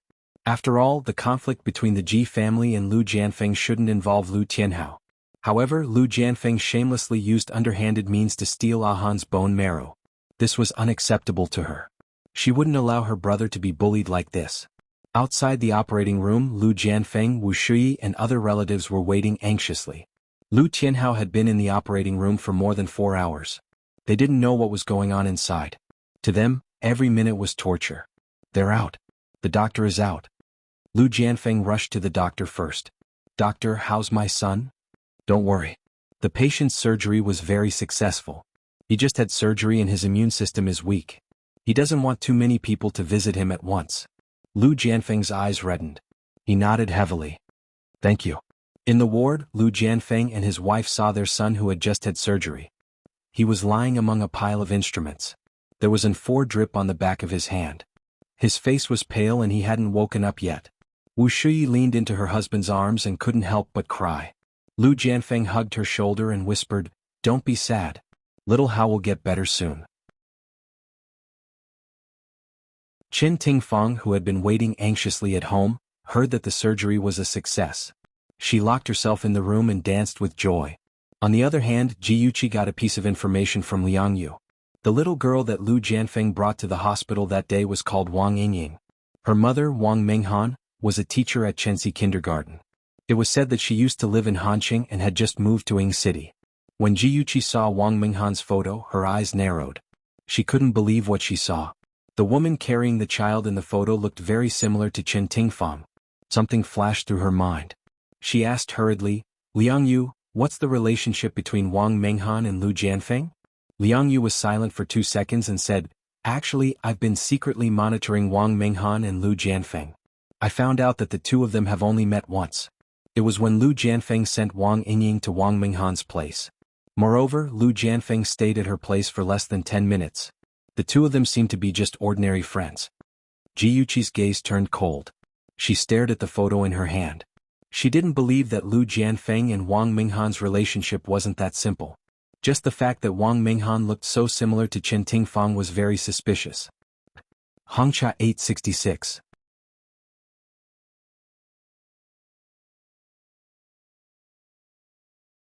Chapter 925. She kept thinking back to the times when Lu Jianfeng and Qin Tingfang interacted. She realized that whether it was in her previous life or this life, Lu Jianfeng was infinitely tolerant and caring towards Qin Tingfang. Sometimes, his care and concern even made people feel that it was a bit excessive. Between the two of them, was it really just a pure relationship of cousins? Perhaps it was because she had seen too much of the filth of the world, but Jiyuqi's thoughts were no longer that of a young lady who didn't know the ways of the world. Just by looking at some clues she could associate some evil things with it. She thought for a moment and said in a low voice, "Liang Yu, I want you to do me a favor. Continue to keep an eye on Lu Jianfeng and Wang Mingyao and—" She lowered her voice and made an outrageous request, "Help me get Wang Mingyao's hair." Okay, no problem. After Lu Tianhao's operation, there were no signs of rejection. He recovered well. Lu Jianfeng was relieved and began to put his energy into work. He was busy every day and often went to the countryside or remote places to inspect the work. He could not go home on time. Sometimes he would only go home once every 2 or 3 days. However, he would call Wu Shui every day to ask about his son's condition. Wu Shui had been used to it. She had to be prepared to be alone when she married a powerful husband. In order to take care of her son, she quit her original job and stayed in the hospital almost every day to accompany her son. One day Wu Shui was carrying the chicken soup she made and was about to send it to the hospital. The phone in her pocket suddenly vibrated. She opened it and saw a message from an unknown number. "Do you want to know what your husband is busy with every day? Go to this address and you will find the answer." Wu Shui shook her head in amusement. She just thought that someone was playing a prank. She put the phone in her pocket and ignored it. About 5 minutes later, the phone vibrated again. It was a message from the same number. "Why are you scared? Poor woman who has been kept in the dark." She quickly replied, "Please don't play any more pranks on me. I'll be angry." "Ah, pranks? You are deceiving yourself." Wu Shui's fingers trembled. She quickly replied, "Who are you? What is your purpose?" After sending the message, it was like a stone sinking into the sea. She waited for a long time but did not receive a reply. Because of these inexplicable text messages, her originally good mood became gloomy. She carried the soup and walked into her son's ward. She barely managed to pull herself together, but her mind couldn't help but wander. Jin Feng was busy with work. She should believe him. However, that mysterious person's resolute and decisive words kept echoing in her ears. "Let's go and have a look. It's just a trip to prove that the mysterious man is playing a prank. Yes, he must be playing a prank." After a mental struggle, curiosity finally won out. Wu Shui told her son a few words and asked the nurse to take good care of him. Then she hurried out of the hospital and drove to the place mentioned by the mysterious man. This was a newly opened amusement park in Ying City. It had a complete set of gaming facilities. Wearing a hat and brown sunglasses, Wu Shui walked past a group of children and followed the address to a cold drink shop in the amusement park. Through the huge glass window, she saw Lu Jianfeng sitting by the window. Even if he was wearing sunglasses as his wife, how could she not recognize him? Opposite him sat a young woman and a 7 or 8-year-old girl. When Wu Shui carefully looked at the young woman, she was so shocked that she almost screamed. She covered her mouth tightly and stared at the woman. She actually looked like Qin Tingfang. In the cold drink shop, Wang Yingying took 2 sips of fresh orange juice. Her big round eyes looked curiously at Lu Jianfeng. She said in a childish voice, "Uncle, why are you still wearing sunglasses? There's no sun here." Lu Jianfeng wore sunglasses because he didn't want others to find out his identity. Of course he couldn't explain this to a child. So, he smiled and said, "Uncle, don't you look handsome wearing sunglasses?" "Yes." "Then Uncle will always wear them to make himself look more handsome." "Oh, so that's how it is." Wang Yingying nodded as if she understood. Then she pouted and muttered, "But this way I won't be able to see Uncle's face clearly. It's such a pity." Wang Minghan rubbed her daughter's hair and gently smiled. "Even if you can't see Uncle's face clearly, Yingying can touch Uncle and let Uncle hug you. This is already very good." Wang Yingying smiled and nodded heavily. "And that's right. Uncle played with me the whole day today. I'm so happy." Lu Jianfeng was amused by her cute appearance. He reached out and rubbed her soft hair.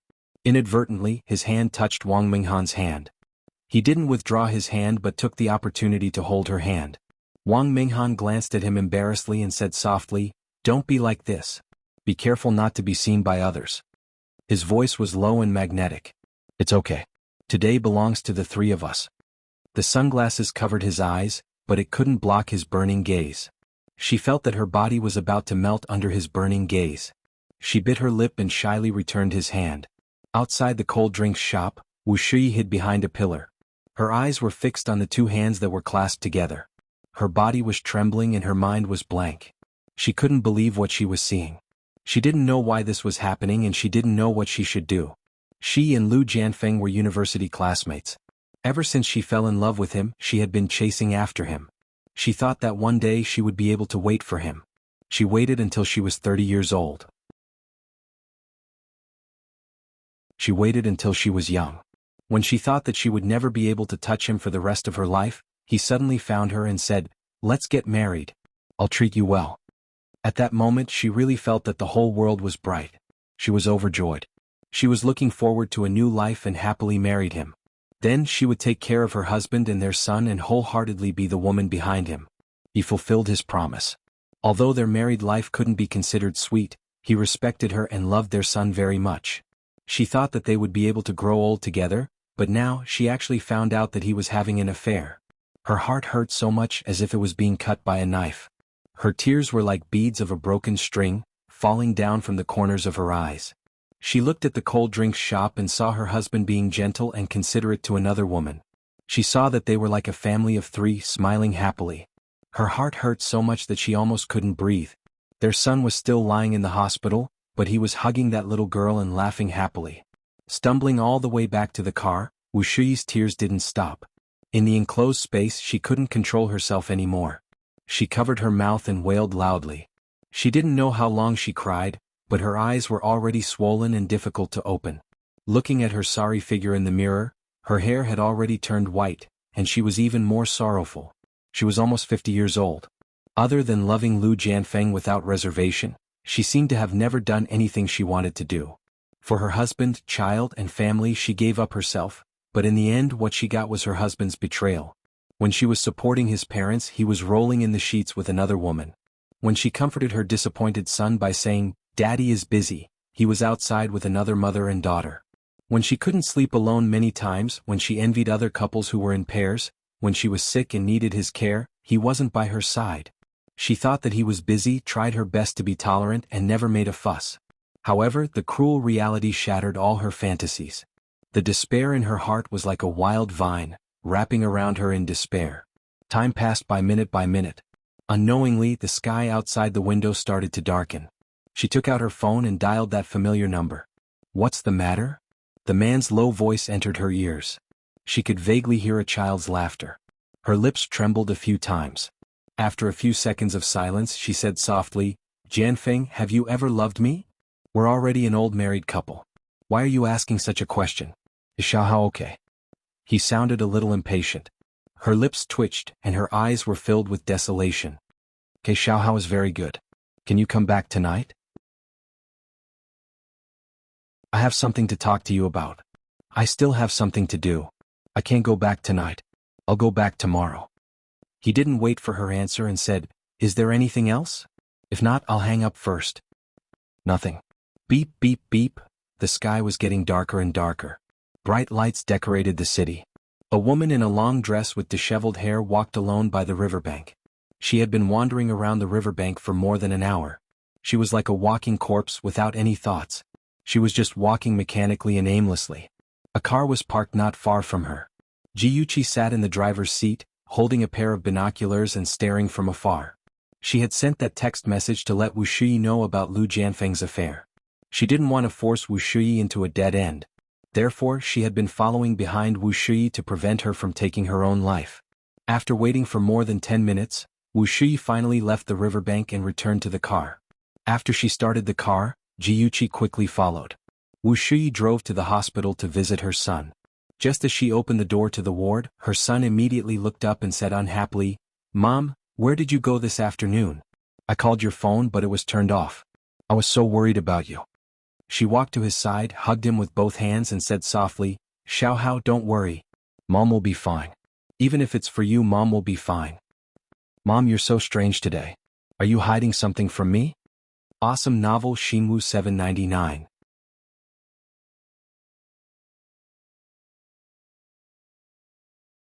Chapter 926. Lu Tianhao was very sensitive. He raised his head and stared at her face, trying to find clues from her face. Wu Shui smiled and rubbed his head. What can I hide from you? I'm just a little tired. Are you feeling unwell today? I'm fine, Mom. Since you're not feeling well, you should go home and rest. There are nurses taking care of me in the hospital. You don't have to worry. Okay. She caressed her son's cheek. Her son and her husband looked alike. Looking at him was like looking at her husband when he was young. Her heart, which was numb from the pain, twitched again. At night. Who are you? What's your purpose for letting me see that? Jiyuchi came out of the bathroom and saw a message on her disposable SIM card. It was from Wu Shui. She smiled, picked up the phone and replied, I'm someone close to you. I just feel sorry for you, so I let you find out the truth. I don't believe you're so kind. Tell me what you're trying to do. Jiyuchi did not follow her train of thought. Instead, she changed the topic. Aren't you curious about the little girl's background? The person on the other side of the phone was silent for a long time. It was so long that Jiyuchi almost fell asleep. Suddenly, she heard the sound of a message and woke her up. That child, is she really his illegitimate daughter? Seeing the message, Jiyuchi sighed. Liang Yu took Wang Yingying's hair and compared her DNA with Lu Tianhao's. The results showed that they were close relatives and that they had the same father. She guessed that Lu Jianfeng brought Wang Yingying to the hospital to match her bone marrow with Lu Tianhao's. Unfortunately, the match was not successful. That was why Lu Jianfeng chose to trick Han. Jiyuchi's fingers slid and replied slowly, yes, he had an affair behind your back for 10 years. 10 years? 10 years was enough for a person to fall in love with another person. It was also enough for a person to age. Wu Shui's love for Lu Jianfeng and her child was condensed in each of her white hairs. However, the truth was always so cruel. Even if you spent your whole life, you could not warm a man's heart. Jiyuchi could imagine her despair at this moment. It was just like how she felt when she fell off the cliff in her previous life. She was in so much pain that she wished she was dead. However, only by crossing that hurdle could she be reborn. So Wu Shui, do your best. Your child is still waiting for you. The text message did not ring for a long time. Jiyuchi lay in bed, tossing and turning, unable to fall asleep. She thought for a while and sent another text to Wu Shui. You've given him more than 20 years of your youth. It's time for you to make plans for yourself and your child. A mother is strong because of her child. I believe you can stand up again. Wu Shui stared blankly at the ceiling. Her eyes were dry and painful and she could no longer shed tears. She thought about many things. She thought about her past, about her love that was like a moth darting into a flame, about her husband's betrayal, and about her child's future. That mysterious person was right. She had to be strong. Even if her heart was riddled with holes, she had to be strong because Lil Hao still needed her protection. She did not sleep the entire night. She looked even more haggard in the mirror. Even the crow's feet at the corners of her eyes seemed to have deepened. She sighed and put on some light makeup to cover the dark circles under her eyes and the pimples that suddenly appeared on her face. Then she opened her wardrobe and found a long, colorful dress that she had not worn in a long time. Finally, she tied up her long hair. At last, she did not look so lifeless. Lu Jianfeng came back. Wu Shui's gaze slowly slid across his face and finally landed on him. He had changed his clothes. The clothes he was wearing now were not the ones she bought for him. It seemed that he had stayed over at that woman's place last night. He came home wearing different clothes. This kind of thing had happened before, but she trusted him too much and never suspected it. The corner of her lips stiffened. She lowered her head and said softly, "You're back. Have you had breakfast?" "I've eaten. Last night you said that you had something to discuss with me. What is it?" Lu Jianfeng took off his coat and casually hung it on the hanger. Her nails dug into her palms. Yesterday she was too agitated and wanted to talk to him about the divorce. However, after a night of consideration, she changed her mind. She slowly raised her head and looked at him with a calm gaze. She said indifferently, "I want to open a flower shop. What do you think?" "Open a flower shop?" Lu Jianfeng sat on the sofa and tapped his fingers on the armrest. His brows were slightly furrowed. "Why did you suddenly have this idea?" Wu Shui sat across from him and poured a cup of tea in front of him. She said indifferently, "Lil Hao's health is getting better and will recover soon. I will also have more free time. It's not a good idea to do nothing at home every day. So, I want to open a flower shop. It's not important whether I make money or not. I just want to have something to do." Lu Jianfeng's brows furrowed even tighter. "If news of you opening a flower shop gets out, where will my face go?" If you feel bored, you can go shopping with the ladies in the courtyard and do some beauty treatments. Isn't that good? Beauty treatments? When she was 20 years old, he wouldn't even look at her. Now that she was in her 40s, even if she dressed herself up like a fairy, he wouldn't care. Wuxia didn't want to waste time on those boring things. She smiled slightly. When we got married, you said that you would respect my opinion. Right now, I only have one idea, and that is to open a flower shop. Can't you respect my opinion for once? I don't interact with the ladies of the officials. They don't know me, so you don't have to worry about me embarrassing you in front of your subordinates. She rarely spoke to him in such a tone. Lu Jianfeng suddenly felt that he didn't know her. He thought for a moment and said in a deep voice, "If you insist on opening a flower shop, then I won't stop you. You have to take care of your family in Lilhao. Don't neglect them because of work." She was still smiling. "I won't. After all, I'm not Mayor Lu. I'm not that busy." Lu Jianfeng was stung by her words and felt a little uncomfortable. He said with a cold face, "I'm busy with work. I thought you would understand." "I understand very well." She stood up and looked at him condescendingly. She said lightly, "I'm going to the hospital to accompany Lil Hao. If you're free, you should go and see him. He asked about you yesterday." She felt that she owed her only son. Lu Jianfeng stood up as well. "I'll go with you." Lu Tianhao was very happy to see his parents appear at the same time. Wu Shui saw the bright smile on his face and felt sad. She secretly made up her mind that no matter what happened between her and Lu Jianfeng, she would protect her son. Cousin-in-law, you're all here." Qin Tingfang walked into the ward with fruits and supplements in her hands. Lu Jianfeng saw her and a warm smile appeared in his deep eyes. Wu Shui felt as if she had swallowed a fly. She was not a fool. Her husband's lover looked so much like Qin Tingfang. Of course she could guess the reason. Since she met her husband in university, she had never seen him in a relationship with another girl.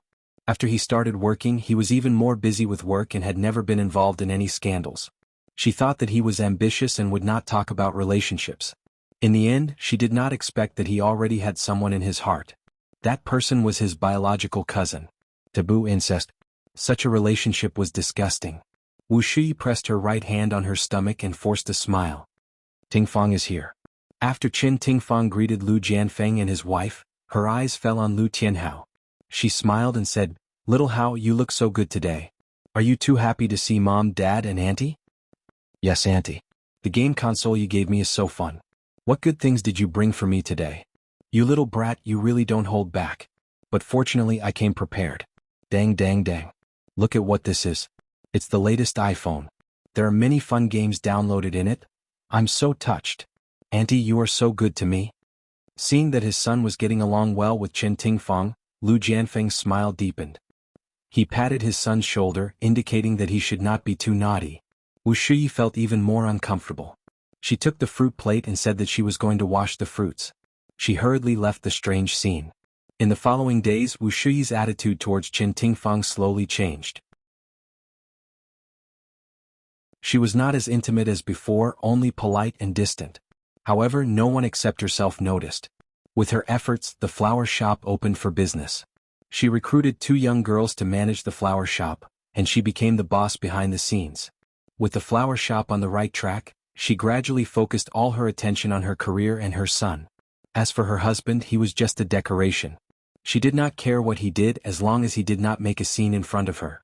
Jiyuqi secretly observed for a long time. Seeing that Wu Shui had walked out of the pain of her husband's affair, she decided to start the second step of her plan. She laid on Shenji's chest, fiddling with a large stack of photos in her hand. She planned to pick out a few to send to Lu Jianfeng's mistress, Wang Menghan.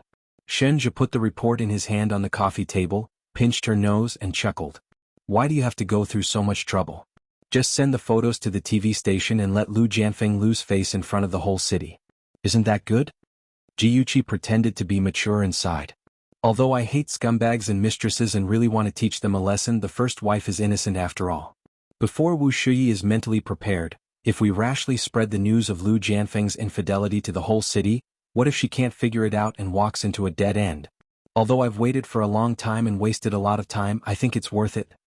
At the very least, there was one less pitiful wife in the world who was heartbroken because of her husband's affair. "My Chi-Chi, you're so kind." Shenji bent down and kissed her hair. She found it funny.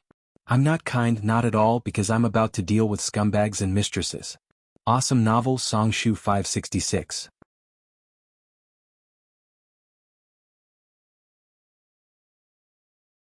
Chapter 927. Although the child of the mistress was innocent, this would not stop her from taking action. However, she would do her best to protect the child from being attacked by the media. You don't need to be kind when dealing with bad people. Shinja stroked her hair comfortingly. He loved her like this, daring to love and hate, decisive and brave. Jiyuchi put aside the photo she had chosen and reached out to wrap her arms around his neck. She kissed him on the lips and smiled sweetly. In this world, only you can accept me unconditionally. Of course, I'm your husband. He hugged her tightly and deepened the kiss. After a long while, she lay in his arms and said softly, Aja, the 2-month deadline is almost up. How are your arrangements going? Do you have a chance of winning against Shinyu? Previously, Shinja had mobilized the board of directors to set off a wave of opposition against Shinyu. In the end, under Shin Jianhao's mediation, the board of directors proposed a 2-month deadline. Whoever did better between Shinja and Shinyu would become the new CEO of the Shin Group. I'll let you see Shinyu suffer a crushing defeat. He stared into her eyes, his tone full of confidence. She smiled. I'm looking forward to it. While Jiyuchi was busy taking revenge on Lu Jianfeng, Shinja was not idle either. The game between him and Shinyu had reached its peak. The board meeting on Monday would decide which of the two of them would take on the big responsibility. In the G Group's meeting room, there was a fierce debate going on. The side supporting Shinyu took out the results he had done in the past few months and tried their best to encourage the board of directors to support him. Shinja was expressionless as he stared coldly at the actions of Shinyu and the others. When Shin Jianhao suggested that everyone vote, Shinja suddenly turned his head and nodded at his assistant. The assistant hurriedly stepped forward and distributed the documents in his arms to the directors one by one. When everyone was looking at the documents curiously, Shinja placed his hands on the conference table. His handsome face and deep cold eyes gave people a sense of oppression. His voice was slightly deep, like a sharp sword cutting through ice, cold and lonely. Everyone, what you are holding in your hands is the financial statement for the last quarter. Shin Jianhao frowned unhappily. Haven't we already seen the last quarter's financial report? Shinja looked up at him. His gaze was calm and emotionless. This is the real financial statement. Shin Jianhao's expression changed. What do you mean? The corners of Shinja's lips curled up slightly, and his gaze was calm. It literally means that the first report you saw was embellished by someone and increased the profit by 10%. In addition, Hengyang technology, which Shinyu had proposed to acquire, was still in a state of loss. It was not the 3 million monthly profit that was reported in the report. Now, what you are holding in your hands is the real financial statement. Everyone burst into an uproar as if a pot had exploded. One by one, they buried their heads and carefully flipped through the report. Chinyu's face was ashen. He suddenly slammed the table and angrily said, Shinja, don't talk nonsense. The report I sent to everyone just now is the real account. This one is fake. Since we each have our own version of the story and the directors can't tell the truth, I will invite a witness to prove what I said. It was a casual sentence, as if they were discussing what to eat for breakfast. However, his deep and cold eyes revealed an unquestionable toughness. After he finished speaking, the door of the conference room was pushed open. 3 men in black suits carrying briefcases walked in. The one walking in front was a foreigner with a cold face. Shinja stood up and politely shook hands with him. Then he introduced him to everyone. This is Mr. Mike, the chief auditor of PricewaterhouseCoopers. He has audited the accounts of the top 10 companies in the world and has never made any mistakes. Today I invite Mr. Mike here. He will tell us which financial statement is the real one. After listening to Shinja's words, Shinyu's face turned ugly. He knew Mike. Mike was known as the Sherlock Holmes of the auditing industry. As long as there were false accounts or omissions, as long as they passed through his hands, they would be exposed. In addition, Mike had another nickname, the Iron Mask Killer. It means that no one can buy him. He only works for the boss who hired him. Shinyu had a premonition that he had fallen into Shinja's hands this time. The audit work would last for 3 days. Therefore, the board meeting was suspended and postponed until the provincial results came out. At the end of the meeting, everyone left with a belly full of thoughts. Shinyu was full of hostility. He blocked Shinja at the door of the conference room. His fierce and cold eyes were filled with hatred. He wanted to tear Shinja apart. Shinja, your methods are really brilliant. Shinja's expression was indifferent. He pushed Xinyu's hand away from his collar. Then he used his finger to lightly flick the place where Xinyu had grabbed him. He said indifferently, "Same here. To be able to think of falsifying the accounts, your methods are also very superb. Moreover, it is very despicable." Xinyu's face froze. He had the urge to pounce on him and wring his neck. He gritted his teeth and said, "My assistant is one of your people. When did you arrange for him to be by my side?" That's right. This was the thing that made him most angry. He was actually betrayed by the people around him. Only his assistant and the financial director knew that he had falsified the accounts. The financial director was his biological uncle. Of course, it was impossible for him to betray him. Then the only person who could be judged was his assistant. The corner of Shinja's mouth curled up slightly. His tone was light, as if he was disdainful. "When you were just promoted to CO, I knew your every move in the Shin group like the back of my hand." Shinja. Xinyu was so angry that he was about to vomit blood. This feeling of being despised and completely suppressed was simply terrible. "Excuse me, I'm very busy." Shinja's expression was cold as he threw out these words. He passed by him and directly left his sight. Xinyu was so angry that he punched the wall. His malicious eyes stared at the man who had disappeared into the distance. In his heart, he had already torn him into pieces. Shinja specially arranged an office for Mike and his two assistants. He also gave the three of them special privileges. As long as the three of them needed relevant information, the company's employees had to cooperate. The three of them ate and stayed in a 5-star hotel. Shinja sent several bodyguards to secretly protect their safety in case Xinyu became desperate and threatened their personal safety. During the 3-day audit, all the company's executives were tense, especially Xinyu and Xin Jianhao. They anxiously discussed countermeasures. In the end, they decided to start with the directors of the board of directors. As long as they could get the majority of people to stand on their side, even if Shinja found out about the falsification of the accounts, it would be useless. Xinyu racked his brains and used all kinds of methods to coerce the directors. In the end, there were finally 2 people who had originally remained neutral who agreed to support him. Finally, the day of the final decision had arrived.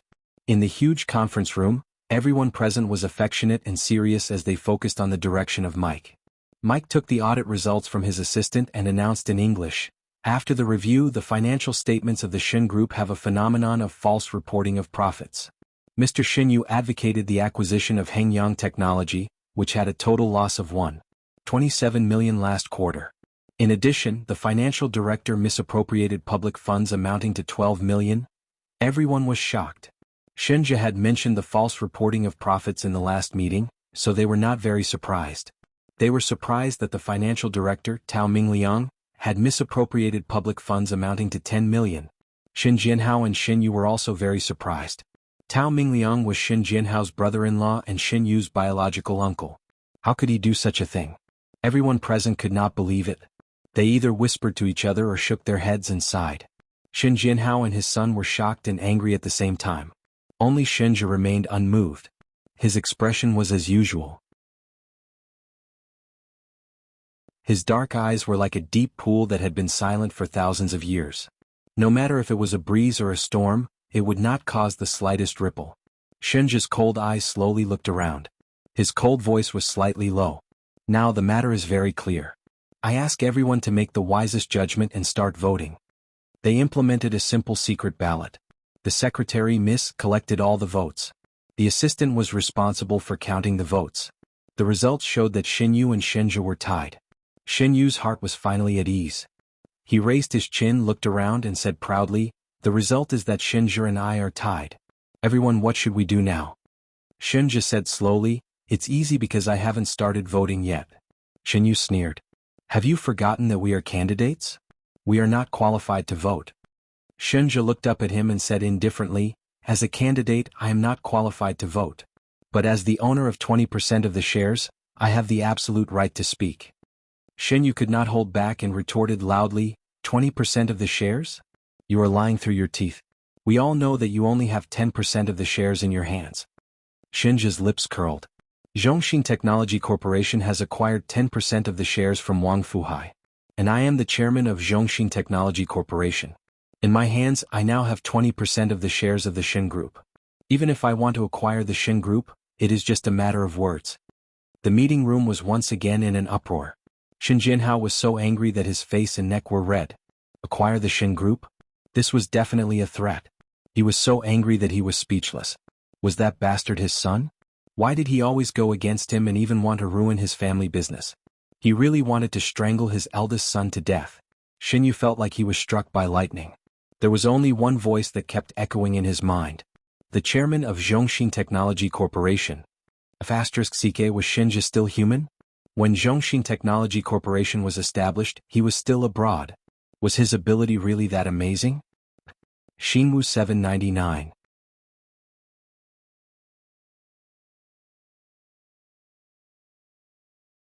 Chapter 928. No matter how much Shin Jianhao and his son objected, they couldn't stop Shinja's determination to change the dynasty. With the support of the other half of the people, he walked up to the throne of Shin Group's CEO. A new broom sweeps clean. The first person he targeted was Shin Yu's uncle, Tao Mingliang. In fact, Shinja already knew about Tao Mingliang's embezzlement. He didn't punish him previously because he was waiting for him to cause trouble for Shin Jianhao and his son. That way he could take them down in one fell swoop. Shin Yu was demoted to a department manager because of misreporting profits, abuse of power and other problems. Even if Shin Jianhao held on to the position of CEO, he was like a tiger without its teeth and could no longer be awe-inspiring. When Shinja was promoted to the position of CEO of Shin Group and the merger of Shin Group and Zhongxian Technology, these two news dominated the headlines of the newspapers. Jiyuqi's revenge against Lu Jianfeng also officially began. Wu Shuyi was so disgusted that she wanted to vomit. The woman sitting opposite her had a face that was similar to Qin Tingfang's. She was holding a handkerchief in her small, fair hand, covering the corner of her mouth as she sobbed and complained tearfully, as if Wu Shuyi had done something wrong to her. The woman had been crying for more than half an hour. From her crying, Wu Shuyi found out that her name was Wang Menghan. She used to be a teacher at a primary school in Hanqing. When Lu Jianfeng came to her school for an inspection, the two of them met for the first time. The second time they met was when she was being harassed by some hooligans. Lu Jianfeng appeared like a god and saved her. Hence, in order to repay him for saving her life, the two of them had their first date. Sister, please sister. I beg you to forgive Ah Feng. Everything is my fault. I shouldn't have fallen in love with him. I know it's wrong of me to do this, but I really can't control myself. Sister, Ah Feng's career is taking off now. Please don't ruin him. If you have any dissatisfaction, you can take it out on me. She kept calling him Feng as if she was afraid that others wouldn't know how much they loved each other. Seeing that Wu Shuyi was unmoved, Wang Menghan simply knelt down in front of her. Tears streamed down her face as she cried miserably, "Elder sister, it's all my fault. I shouldn't have interfered in your relationship when your relationship wasn't good. But when it comes to matters of the heart, it's really not something we can control. We truly love each other. Elder sister, please forgive us this time for the sake of the child." This coffee shop was very famous and there were many customers every day. Even though they were in a half-closed private room, Wang Menghan's crying voice could still be clearly heard in the private room next door. Their movements attracted the attention of many people, and a few customers even intentionally or unintentionally looked in their direction. Wu Shuyi's lips curled up mockingly. This woman really knew how to pick a place. Did she think that she wouldn't make things difficult for her in front of so many people? She had originally planned to maintain a harmonious relationship with Lu Jianfeng on the surface and create a normal environment for her son to grow up in. But she didn't expect that the mistress couldn't hold it in and took the initiative to come in front of her to cause trouble. Did she really think that she was a soft persimmon? Wu Shuyi ignored the woman kneeling on the floor and took a sip of her coffee. She also ignored the gazes of the people around her. When you have been hurt to the extreme, when you are in extreme despair, nothing can hurt you anymore. Sister, I don't ask for your forgiveness, but please forgive Ah Feng. As long as you are willing to forgive him, I can go far away and never come into contact with him again. Wang Menghan raised her face full of tears, looking very pitiful. But that pair of charming phoenix eyes revealed a reluctant expression, causing the lecherous men around her to feel pity for her. They felt that the first wife was too arrogant and heartless, and secretly criticized her. No wonder the first wife was abandoned by her husband. Wu Shuyi didn't know what the lecherous men around her were thinking, and of course she didn't care what they thought. She slowly placed the coffee cup on the table, lowered her eyes to look at Wang Menghan, and said indifferently, "Miss Wang, I want to correct 3 things. Firstly, I am the only daughter in my family, and I don't have a sister like you. Secondly, I don't want to know about the mess between the two of you, so don't cry in front of me about how the two of you met and how much you love each other. Lastly, I won't divorce my husband, and I won't make the matter between the two of you known to everyone. So please don't say anything about me letting him off. Wang Minghan stopped crying and she looked at Wu Shuyi in confusion. That dazed look of hers was like a little white rabbit and she looked especially pitiful. Sister, oh no Mrs. Lu, I didn't know. I really didn't know that crying in front of you would cause you trouble. I'm really sorry. It had to be said that Wang Minghan was a woman who knew when to yield and when not to. She calmly stood up from the floor and sat back in her seat, as if the person who was crying on the floor wasn't her. She took out a stack of photos from her handbag and handed it to Wu Shui and said pitifully, Mrs. Lu, you really won't make things difficult for Ah Feng? But if you won't make things difficult for him, then why did you mail these photos to me? Wu Shui's eyebrows twitched. She didn't need to look at the photos to know what the content was. She despised them and didn't want to come into contact with those things. But Wang Minghan stuffed one of the photos into her hands and said with tears in her eyes, Mrs. Lu, did I misunderstand what you wrote on this photo? You really won't make things difficult for Ah Feng and me? Wu Shui was forced to flip the photo over. On the back of the photo there was a delicate and strong handwriting. I know about the matter between the two of you. If you really love him, please leave him. This tone really sounded like a letter from a wife to a mistress. Wu Shui looked at the delicate handwriting and frowned, but she quickly relaxed. She thought that she had guessed who wrote it. It must be the mysterious person who sent her the message. Her feelings towards the mysterious person were very complicated. She resented the other party for exposing her seemingly harmonious life, but she was also grateful that the other party had saved her from a false love. And now she was very curious. Who was the other party? What did they want to do? Why did they warn the mistress after warning her? She lowered her eyes and pondered. Wang Minghan's sobbing sounded in her ears again. Mrs. Lu, whether you did it or not, I am very grateful for your magnanimity. Thank you for your understanding. Understanding? Wu Shui raised her eyebrows sarcastically. When did I say that I would forgive you? Wang Minghan said hesitantly, but you just said that you wouldn't make things difficult for us. Wu Shui said coldly, I only said that I wouldn't make things difficult for you. I didn't say that I would forgive you. Please don't act on your own.